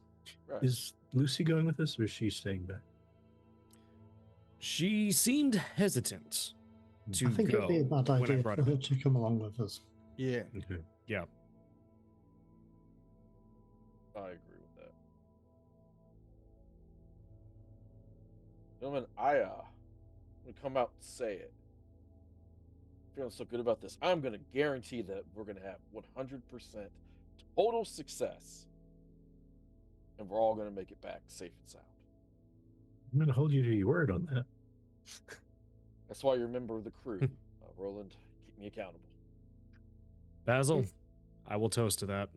You raise a toast, and on those words of "we're all going to make it back," we cut to the next day as the car is pulling up to the front gates. So some of you, this familiar front gate, but this is the first time that Martin and Basil are seeing it, as this dirt track leads up to this stone wall with a wrought metal gate in the middle of it, and the gate stands open today. The gate stands open. You can see, as the car pulls up towards it, you can see there are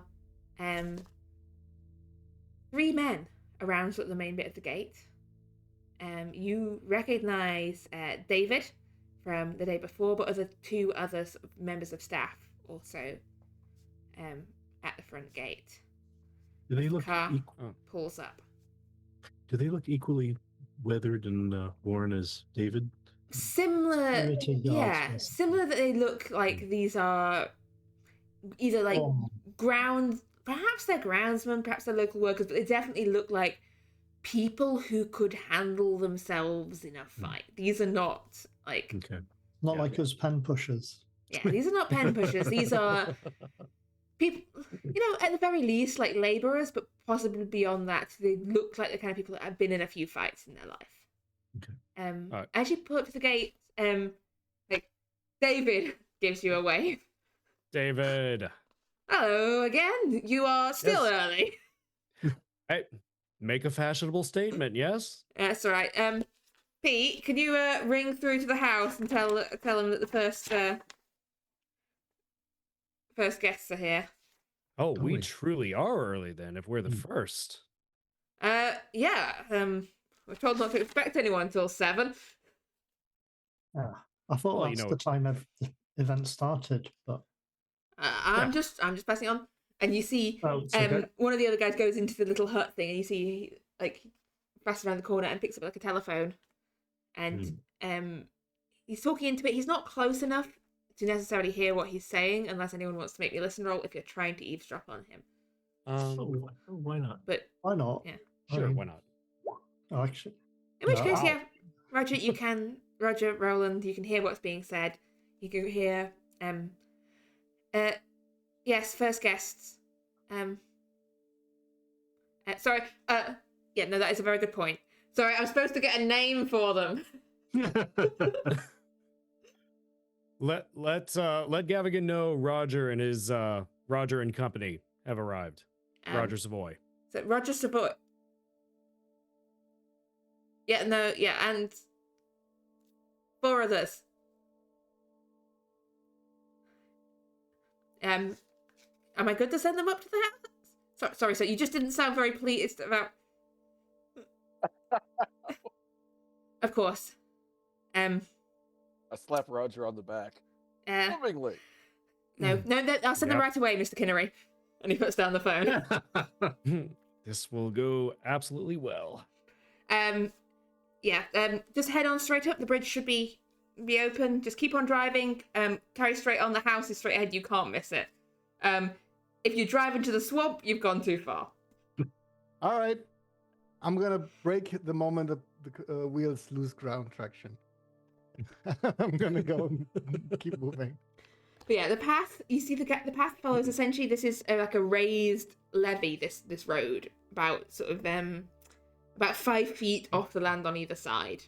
Like this is a raised, almost like a causeway through wet, damp ground. So it heads onwards over this ditch and over this small sort of swing bridge. You can see some distance off from the swing bridge off to the right. There seems to be a small motor launch, like a small boat, pulled up on the island side of the water channel, to the inner side. as you head on over the bridge and up this gravel drive between sort of dense cluster of trees towards the house itself. As you approach, you can see sort of surrounded like by this boggy ground is this 3-story, quite imposing looking building. Ivy crawling up the facade. There's a little bit of like fog in the air from the swamp. It's almost as you pull up, there's this brick house with ivy crawling up the facade, a slight fog in the marshy landscape around it. It's getting late in the day as the car crunches on the gravel. There are a couple of cars pulled up outside the front already. One of them quite an unremarkable looking car. The other this bright blue Bentley. Very nice looking car pulled up at the front. Roger, I mean, you've been around the Penhew Foundation long enough to know that's Gavigan's car. I was going to say, yeah. You've got to, Yeah. Oh, that's a foreboding house. If I ever saw one. Well, gentleman Gavigan is definitely here. Oh, that's a nice car. Yeah. What if we just ran in there, killed everyone, and then blew it up, and then killed the guardsman? Why couldn't he be a scumbag? True, but I also refer that our names are on the list. So yeah, but so is everyone else's. Yeah, but if we're the only survivors. Well, but I'm just saying before everyone gets here, so we don't show up and they arrive and see. Ooh, that'd be incriminating too. There's only one list, though. I mean, if you take out the guards and steal the list, then no one knows. Oh, that is true. Unless he has it in his diary or something. None of these people would have like duplicates of all this stuff. Obviously, there's only one list of names. Oh, people are incredibly stupid. But yeah, okay, let's just continue on. Sorry, I'm dumb. No, that's fair. Keeper, do I notice Kinnery's vehicle? I'm sure. the other car essentially is The other one. Kinnery's. You recognize the other car is Kinnery's. It's not fancy, but yeah, you'd have seen it parked around the Penhew Foundation before. So yeah, you know at least Gavigan and Kinnery are here. Yeah. Well, gentlemen, Avery? Oh, good. I was just gonna say Gavigan and Kinnery are both here. It looks like so. I'll probably have some stuff to answer too. Avery, is there any way we can just make sure the car is parked in a way we can make a hasty exit? Yeah. I'm gonna turn it around and gonna park the way that we can just yeet out there. Ideally this one, because then we don't need to take turns when we try to run away. So I'm gonna park us in. Okay. And keeper. Yes. When we came in, did we have enough time to notice whether the gate could be driven through or whether it would stop a vehicle attempting to leave surreptitiously? It's a metal gate, like a metal bar gate. I'm not saying you couldn't drive a car through it if you tried hard enough. It's definitely not be necessarily sensible to drive this is a car-proof gate in intention, but okay, so you never know if you ram it in hard enough. You never know what might win, the car or the gate. It might be the gate. So what you're saying is we need to reserve at least part of a stick of dynamite for the gate. Potentially. Also, we're probably not getting enough speed to get through the gate from the inside, right? It's not like we're on asphalt here. Yeah. Yep. Or a point of sanity to dominate a guard. Yeah. Also, this being the 1920s, I mean, I guess crumple zones haven't been invented yet. But also, No, I they don't know.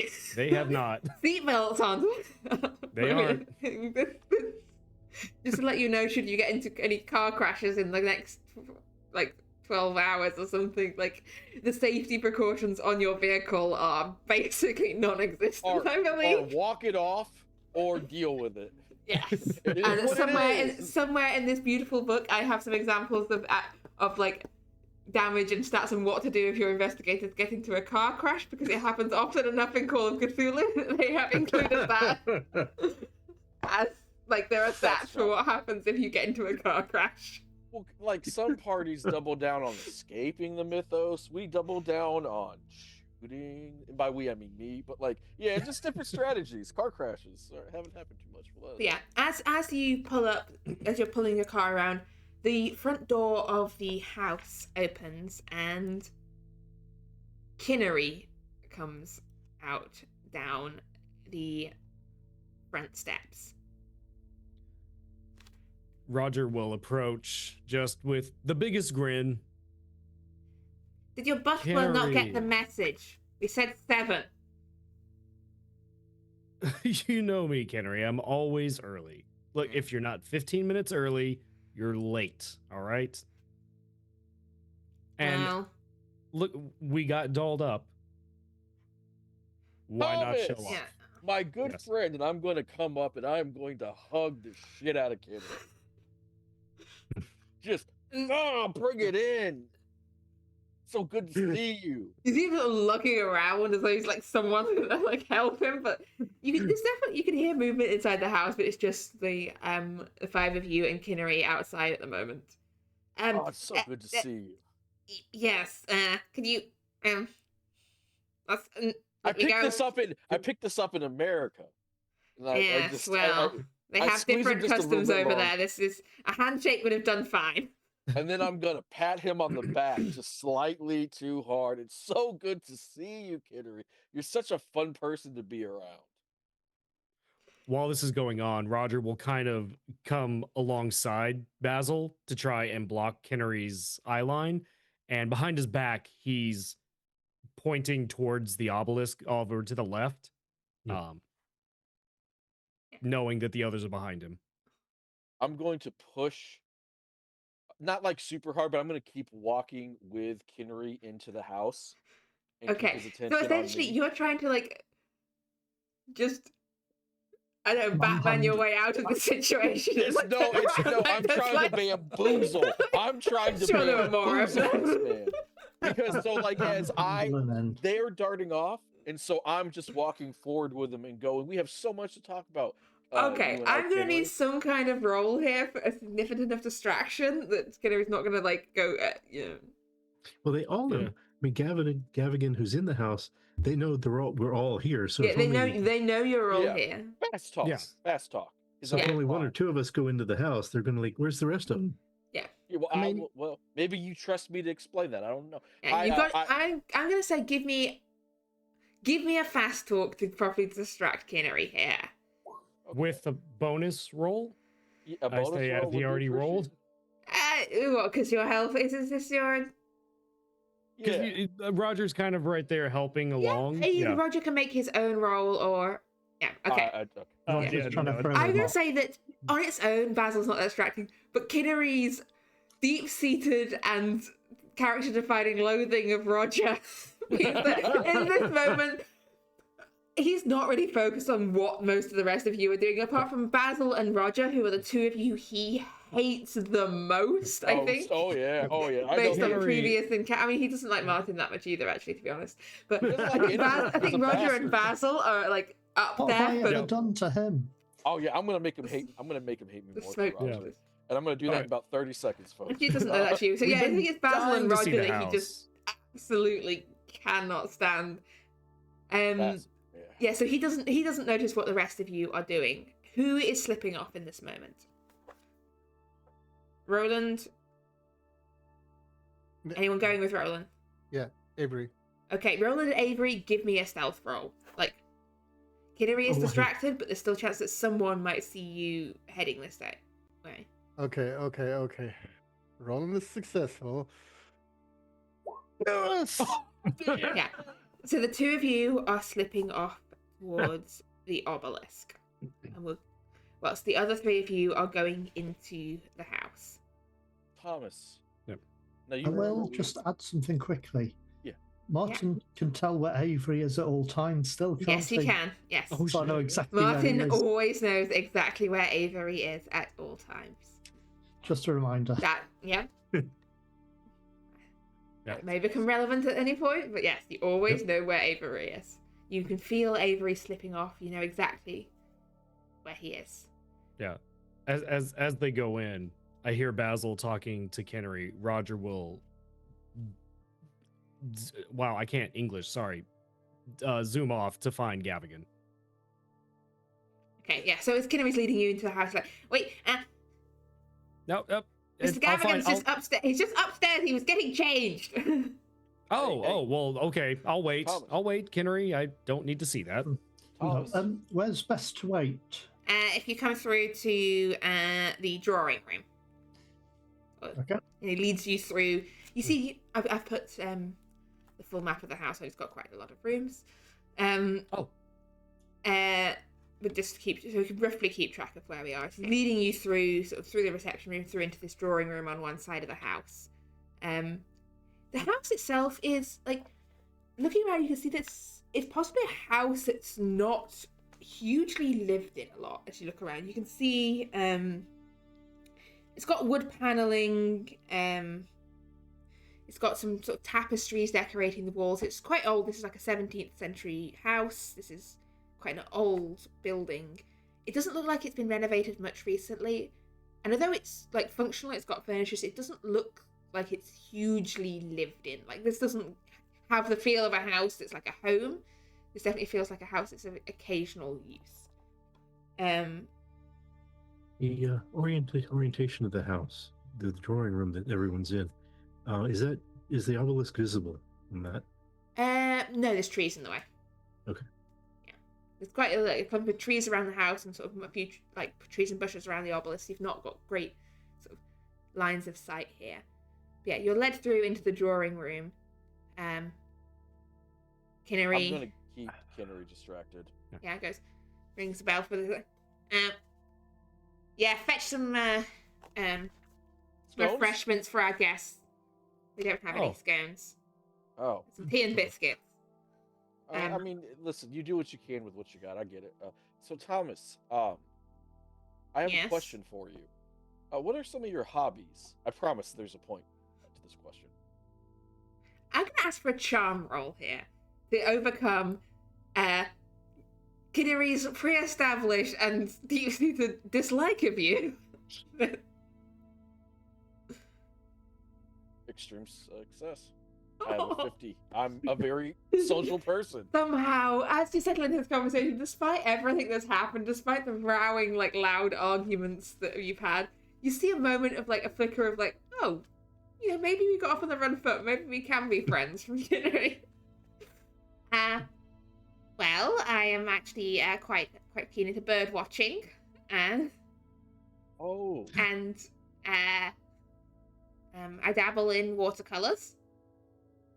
Oh, you know what? We should have you over at the society sometime and show you some of the paintings that we've had commissioned and done by some of our past members. We also have a large library with a lot of literature on painting and art as well that you might find interesting. I also, I mean, I'm not great, but I dabble. I play the piano from time to time. We have a piano at the society, right? Sure you do. I've seen the property. Yeah. Very nice. You're on Grosvenor Square, aren't you? Yeah, With a good address. We've got a couple of Shipley paintings, I believe, around the place as well. Yes, we do.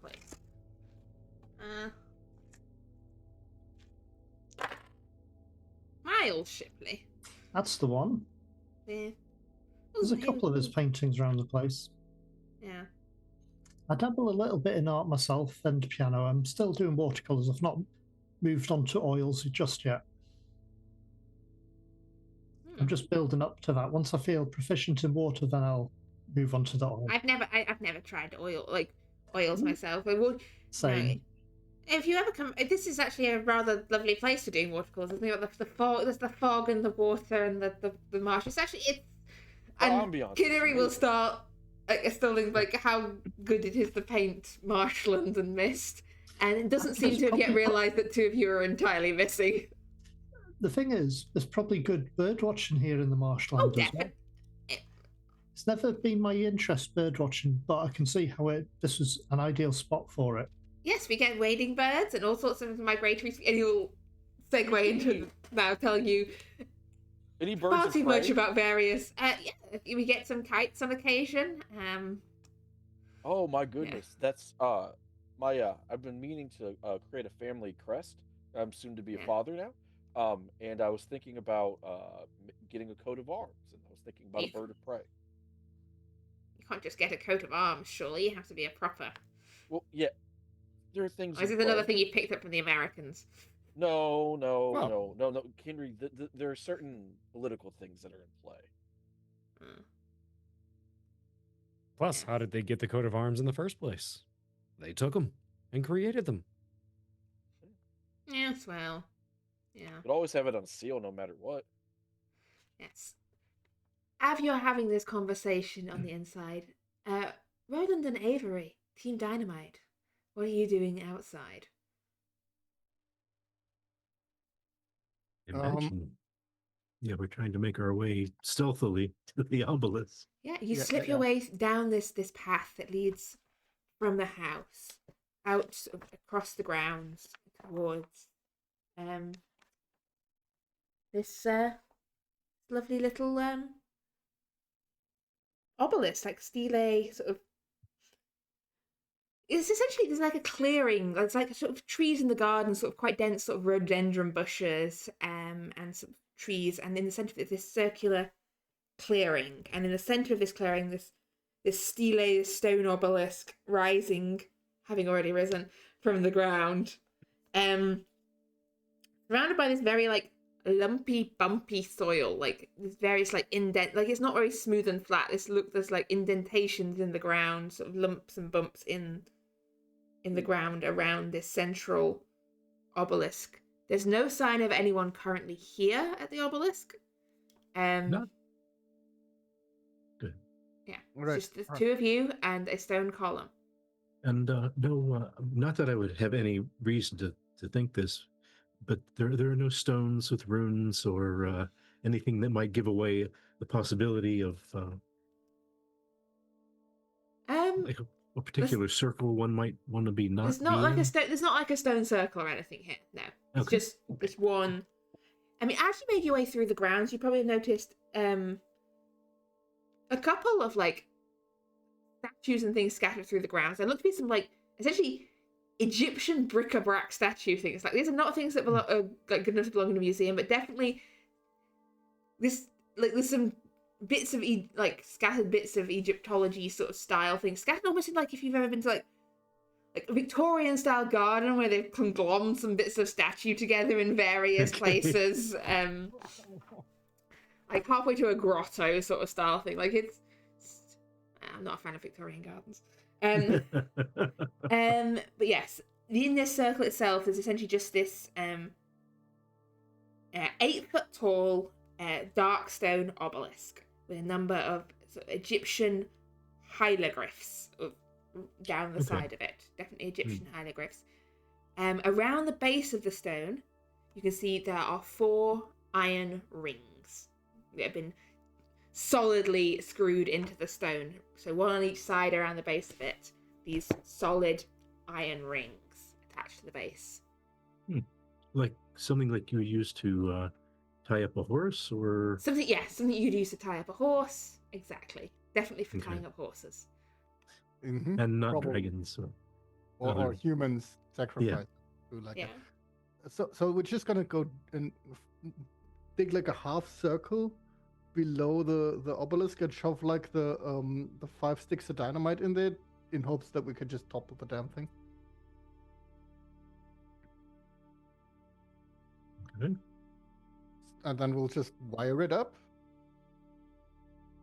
and pull like the cable far enough away that we can trigger it from outside, like the outside of the clearing, and maybe hide the cable below like the loose ground, so it isn't visible. Maybe just do some shuffling. Enough to make sure that nobody would like trip on it. Yeah, exactly. Just like have some stuff over, just stomp it into. I mean, maybe not stomp it because that would be very visible, but like get it way so you wouldn't. Okay. Whoever is taking the lead on this, I want you to give me a roll with your demolition skill. Well, If you don't have a demolition skill, this is starting at 1%. This is to set up a quite complex, I mean, this is electrical pre-prepared, wiring, isn't it? like setup here. So I will say this: your demolition skill starts at 1% if neither of you have any points in it. We don't. Nope. I will say if you're both doing it together, you can have a bonus roll if one of you does it, or both of you can roll. And I'll give you the this is- bonus roll. Right. Well, there is. That's a good point. How much luck do you have? I have 68. You do the double roll. Okay. I'm gonna give you the electrical. are you feeling lucky? No. Feeling lucky, punk? Since I don't have demolition, what would you like me to? Just roll a d100. You're looking Okay. to get a 1. Just roll a 1 right One out. Or incoming. I Come on. believe. Yeah, you got 2 rolls because you got bonus die, so you can roll it again. And if you get a 1, you've got a success. Oh my God, the goat himself. This is so good. It's so good. Call Cthulhu's the best game ever. So he just rolled a 1 He indeed felt lucky, the punk. somehow against all odds, against the fact that you do not know what you're doing. You also get to roll a d10 because your demolition skill has improved. That's a critical success as well Please as roll being a a 10. So Oh, add demolitions to your skill you're set with. You now have 10 points in demolitions total. Against all odds of this really you didn't think should be possible. You didn't think that you would succeed in this. Roland Basil done has made this. me feel very confident in myself. Yeah. You buried it just underneath around where the obelisk is, right? And then you're trailing essentially the fuse like back to essentially the bushes nearby, or where do you want to be able to set this off from?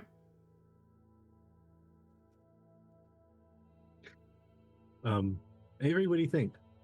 I think maybe like in the bushes on the side somewhere.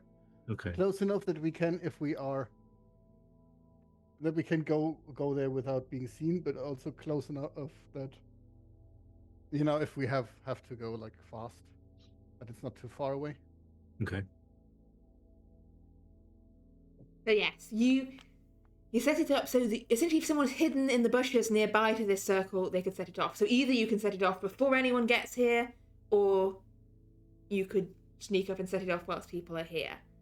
Having rigged this incredibly successful dynamite trap, what are you doing now? Are you heading back to the house, or are you staying out here in the grounds? Oh, I suppose we'd head back to the house and just say we were out. If anyone says anything, we were just out Sure. looking at the grounds. Yeah.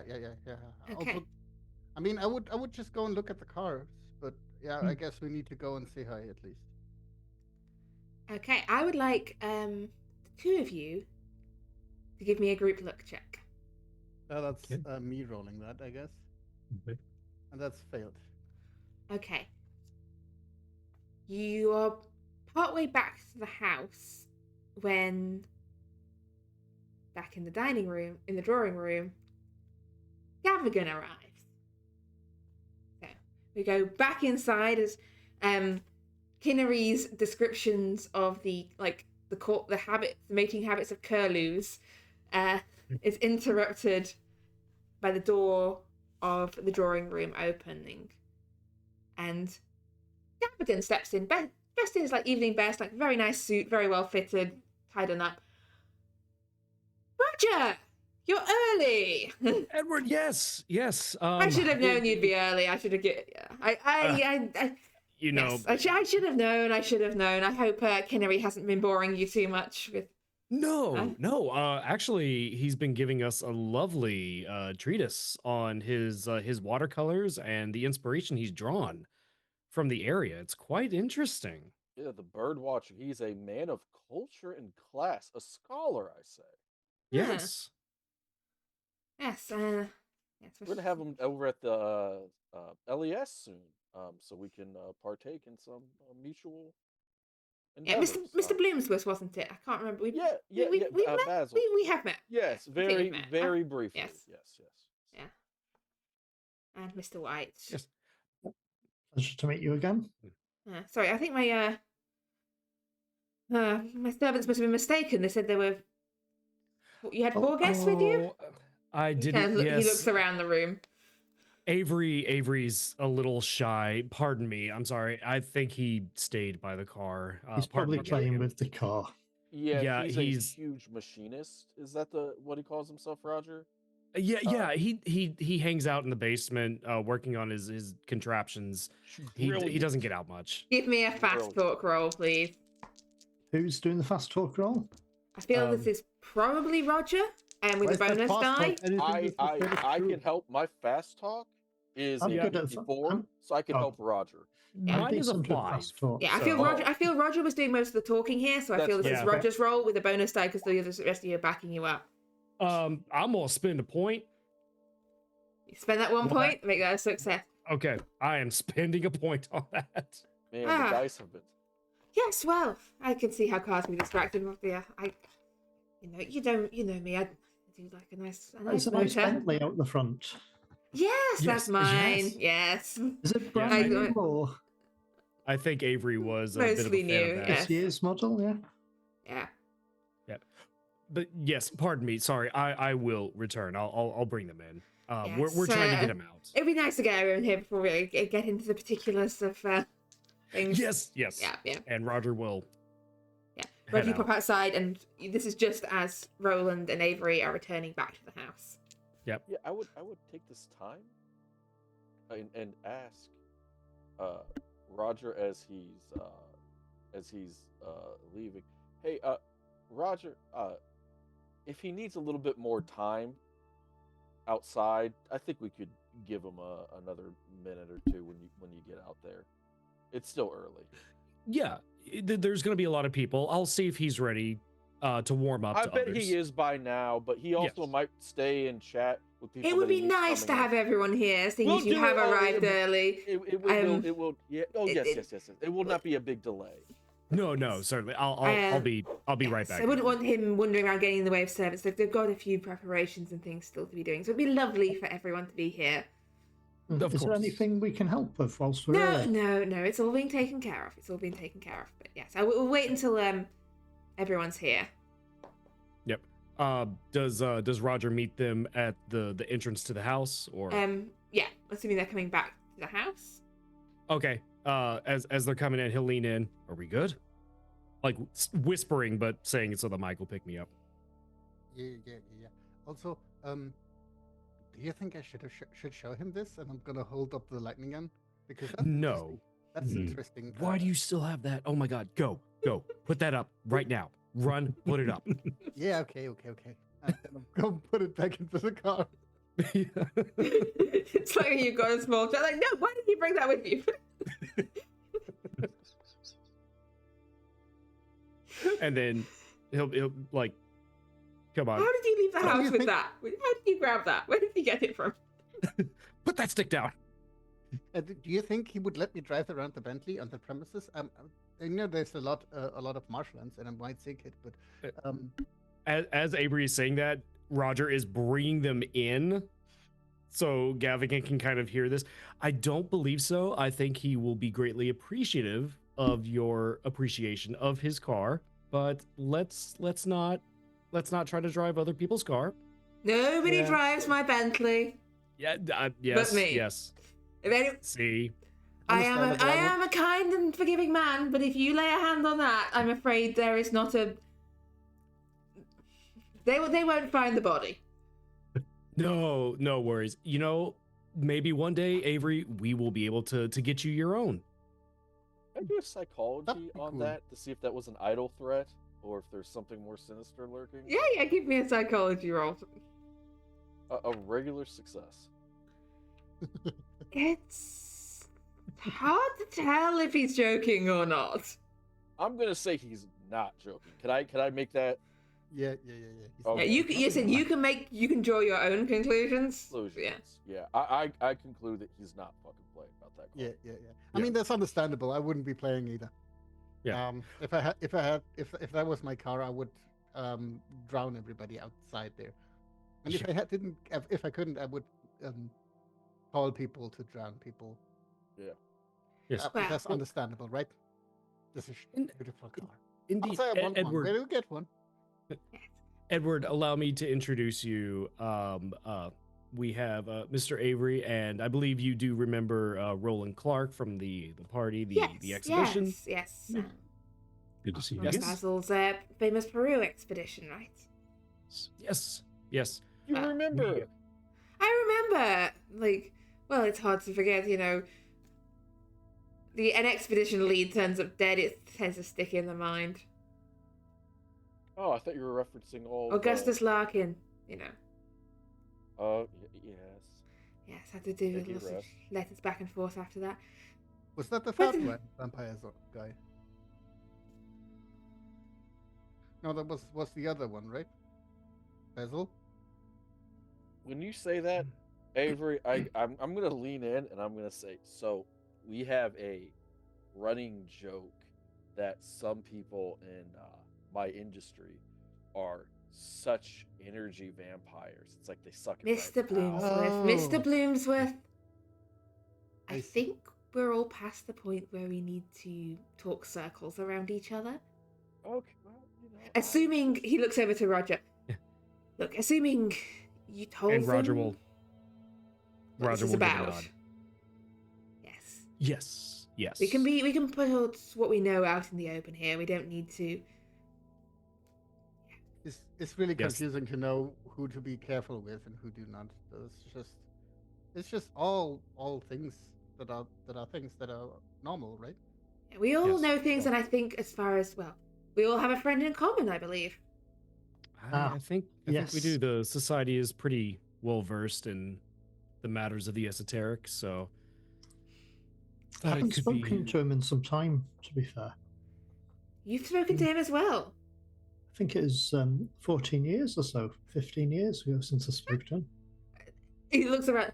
Have Oh, all of you had personal contact with Oh, is Actually, it the one the that Black that doesn't Pharaoh time? himself? Yeah. Um, Yeah, I've talked yes. to him like about 10 times. And Mr. Edward Gavigan, I do believe now you understand why I thought you would be quite intrigued by my guests. Intrigue does not begin to cover it. Mhm.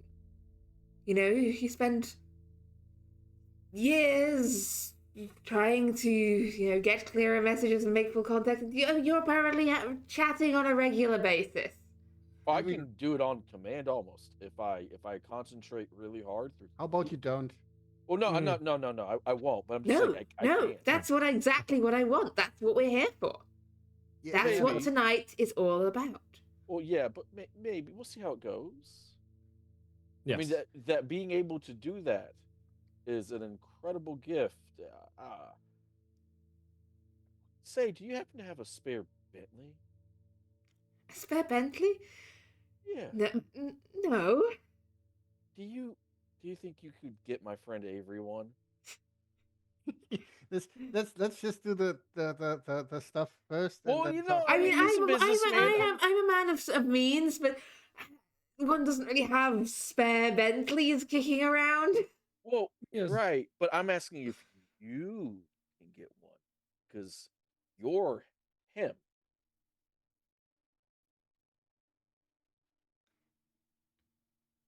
I Right? Like, don't quite understand your question. You're a very powerful and wealthy man. You can get it. Maybe not like I wouldn't go as far as it's a very wealthy and powerful. I have some just wealthy some and modest powerful. means and connections. Yes. No, there's nothing modest about this. Come on, you said we didn't have to talk circles around one It's fine, Basil. Yeah. We can find stuff like that at later. Listen, I know we can Yeah. get one tomorrow if we wanted, but I just want to see if we could, trade is all. And now I'm bullshitting. I'm trying to He kind of run a cocks his con. head to one side, like he's trying to understand, like, what you're going for here. I'm trying to shame this man into saying, yeah, I can get one immediately. I'm just trying to switch the power dynamic. Yeah, what is your goal here? My goal is to one, get Avery a brand new Bentley, and then 2, make him pay for it by 3, shaming him, and then further just swapping the power dynamic because he thinks, oh, he's truly my ally. I think it's a fast talk roll. I think this is a fast talk roll, then, yeah. I'm trying to work out, like, it's a clear roll here, and I was trying to work out... Hard success. Well, you know what? If tonight goes well, Mr. Collins, you can have my Bentley. Splendid. Tonight goes well. Tonight's a success. We managed to speak to the Lord Pharaoh himself. You know what? I'll you know. This is not a flippant offer. Bear in mind, I love that car. That car is beautiful. But tonight goes well. It's yours. It's yours. A gift between friends. Friends indeed. Yes. Well, between friends, Edward. But there's a long way to go. Is there anything that now that we can be open, is there anything you're curious about our mutual friends? Well, I myself have been... How do you usually call him? Like, what's your usual sort of ritual or mechanism? How would you do it? Well, the most recent... actually, the most recent time, I actually literally just called out to him using his name. Before that, I wandered into a hidden room in the pyramid. We talked about that at the dig site. You don't make offerings to him. You know, there's no special chant or ritual or. No, he thinks that's pathetic. He actually, he seems a little more down to earth. To be fair, and you're not gonna believe this, the first time we met, I held a dagger to his throat, and you held a dagger to his throat? I did. I will admit I didn't know exactly who it was, but he laughed and enjoyed the display of bravado. I'm still here. Yes. I threatened him yesterday or 2 days ago. That didn't go well. Now did it? No, it didn't. But he does. He responds because he views us as an inferior entity. He does respect boldness and he does respect ambition. He does. Boldness and usually and ambition. That's right. Yeah. I see. Usually challenging him goes over very well. Yes. And after the contact, usually that's when the offer is presented. Yeah. You should one way to really help yourself, in my opinion, is that you should probably tell him that you gave up your car to speak with him. Because he understands. No, he understands how we live. He's all knowing, right? He's omnipotent. So he would understand when you say what that car means, he would know that because he can understand, even though you are nothing to him, he can still understand how you feel because he reaches through that nothing. It's kind of avant-garde, actually, but trust me, there's a method to the madness. I mean, that's normal. Also, I think the Lord of the Gates was way easier to contact. There's that too. Yeah, we're talented. We get things done. Actually, you contacted the Lord of the Outer Gate? Yeah, that's how I built my machinery. And I'm gonna start immediately blowing him away with a lot of tech jargon about my fucking steam power sun gate engine. Sorry,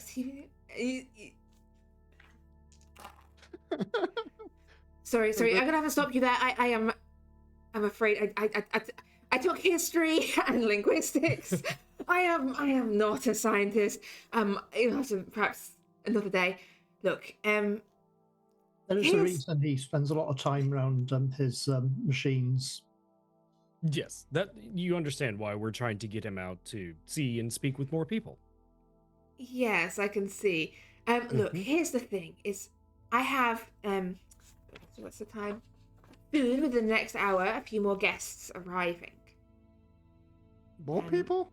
Oh, Yes, we're members of a little supper club. Let's call it. What are you called? What's your title? Like your name, the group, and what you hold in it. Come Well, on. I just to clarify, I didn't name it. Okay. What's it name? The Brotherhood of the Black Pharaoh. Brotherhood of the Black Pharaoh.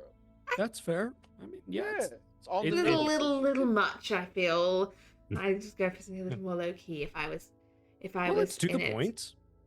Yeah, it's a little bit on the nose, though. I mean, there should be a little bit of Exactly, I would have gone for some something. mystery to it. Yeah. Right? That's fair. Although Yes. to be fair, you are called the London Esoteric Society. Yeah. Also true. Yeah. also not You something could have done we better chose with that because name, to be honest. Let's just stick around, right? That's just Yeah. people Well, before I our mean- time. You never settle for less than the LES. I mean, that's how we've made our millions. Yeah. The branding. Millions? Yeah, Avery. Listen, I'm I not looking have- at the books. That's somebody else's problem. Yeah. Oh my God, you don't know how much. Anyway, It's sorry. Just sorry. I don't want to get us. I don't mean to interrupt, but I don't want us to get us too distracted. Yeah. So I've got some members of this club arriving within the next hour. We have a little get together. It's all a bit. Look, there's a lot of flim flammery where you have to do a certain amount of dressing things up a bit to keep the interest, keep the air of mystery. You've got to keep, as part of the whole deal. So we have this little get together, and I thought we've call out and speak to the Black Pharaoh, and sometimes he sends a sign or an omen or a visitation, but he does not tend to make a personal appearance. And I was thinking for this occasion, it would be nice if he would make a personal appearance. And I was seeing as you seem to be on such good speaking terms with him, and that perhaps you could help me make this a little bit more than our usual monthly get-togethers and actually have him show up in person before the assembled gathering. And We can only ask. He will do as he sees fit. then, This is true. talk our bargains, make our deals. That, deal with him face to face. That's But what of we do. course. Well, Edward, before the others arrive, there is something I would like to discuss in private regarding the matter of the knights. Not to pull you away Of whenever course, you yeah, have a moment. yeah. Yes. Yeah, no, definitely. As I said, as part of this whole, I said, you've got to keep the atmosphere going at a level of mystery. This is when I became the sort of head of this little supper club. It's part of the atmosphere. How do you feel about robes?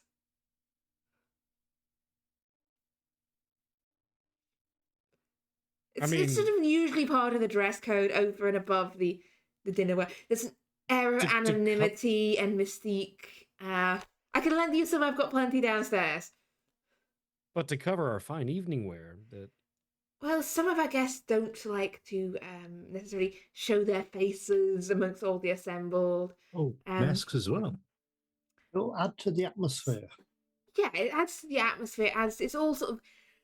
Yeah, I know. It sounds ridiculous, but No. I mean, I've been to society events where this is totally normal. Yeah. It's fine. yeah. I mean, as any of you, it's the same as if you join, the Masons or anything like that. The circus. There's a level Yes. of exclusivity and ritual that needs to go with an event like this.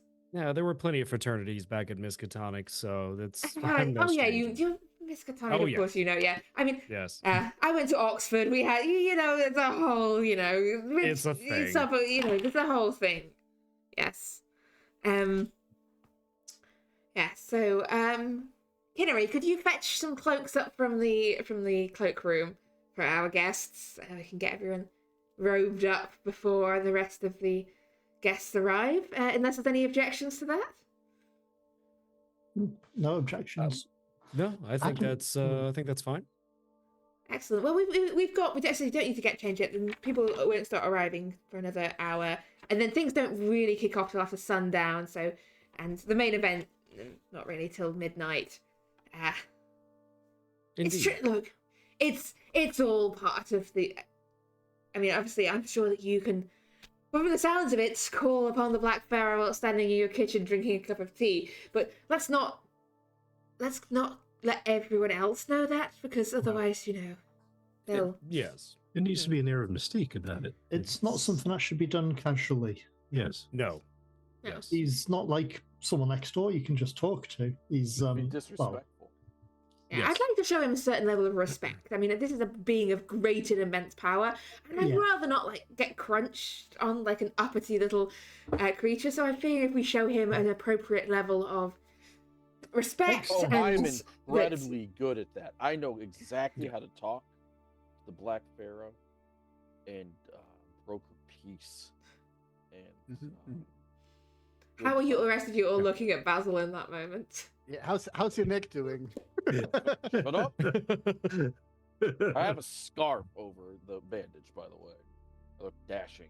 Yeah, Roger's been looking around, keeping an eye on Gavigan and Kinnery mostly. Yeah, Martin's just... You've noticed, I mean, Kinnery's been around. sat throughout all this listening. Like, it's clear that from the way Kinnery is listening, in fact, maybe in psychology on Kinnery if you'd like.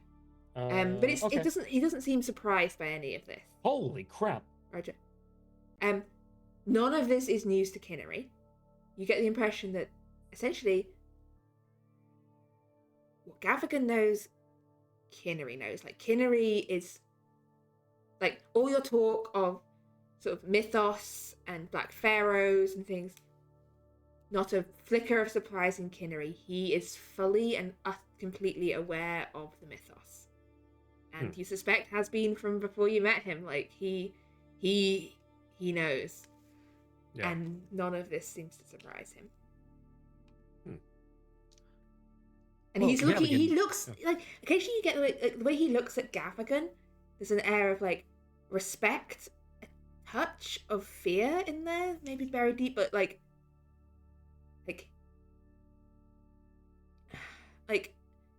Kinnery definitely like seems to look up to Gavigan as something maybe more than just a boss. Like, this is a man who knows things. This is a man who has like unlocked the mysteries of the universe.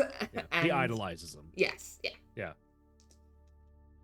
Well, Edward, if you have a moment. Yeah. The rest of you, there's drinks in the cabinet.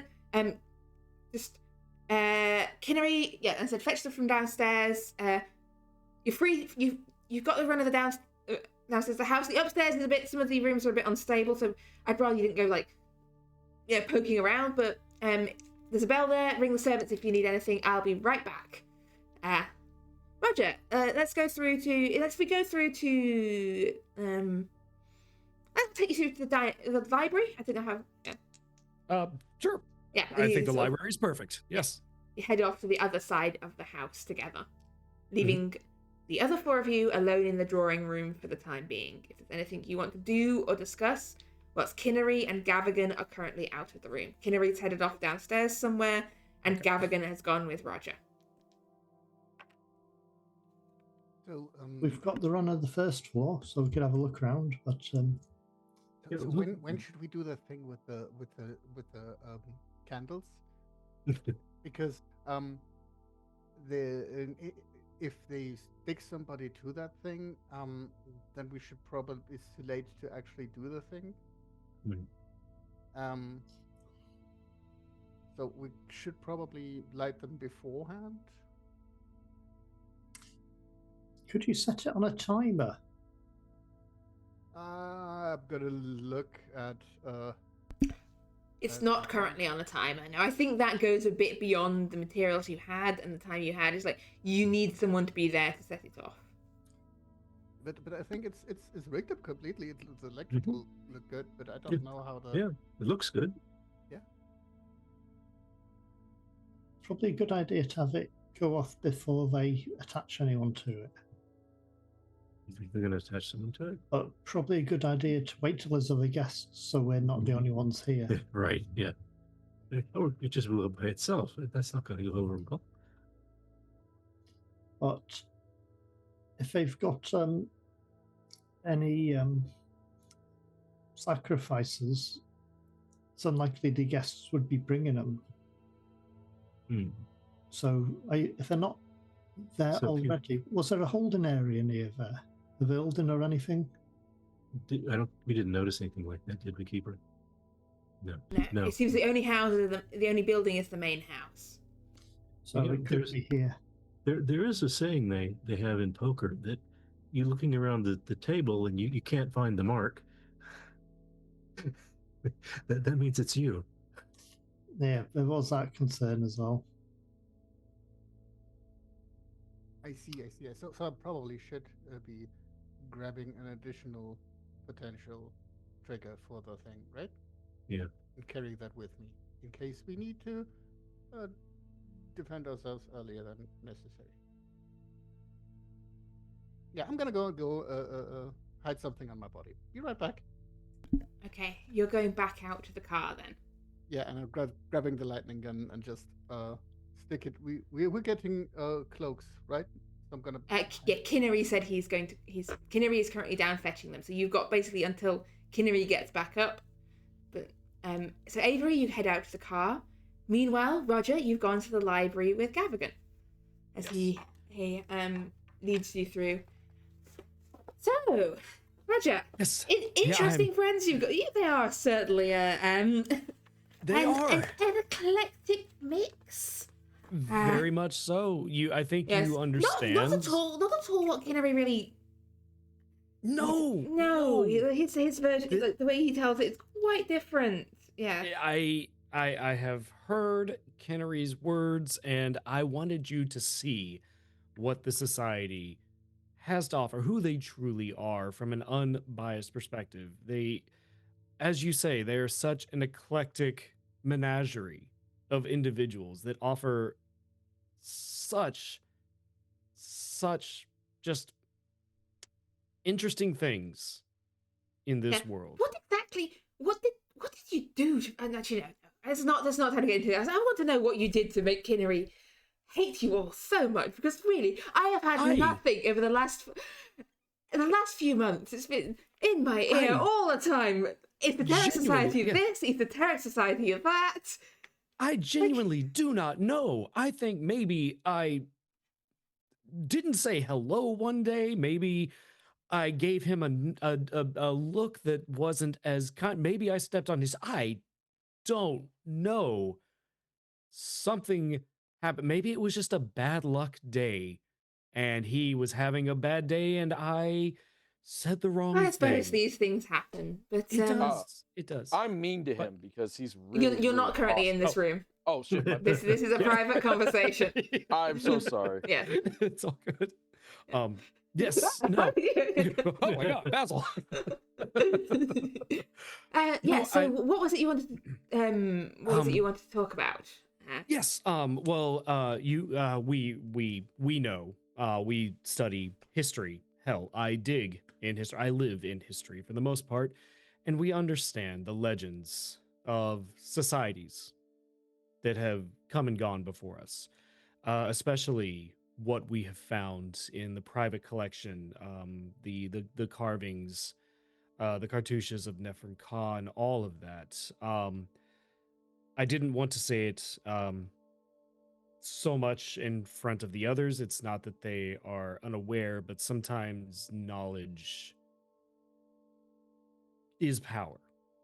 And we know power lies within names. Yes.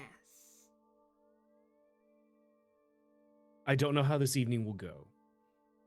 But again, to offer you a boon, to offer you an olive branch of peace, because I know the past few weeks and months have definitely been chaotic, if one is to listen to Kinnery. But your interest in the Black Pharaoh, I noticed, piqued very well, and given my experience and familiarity with this being,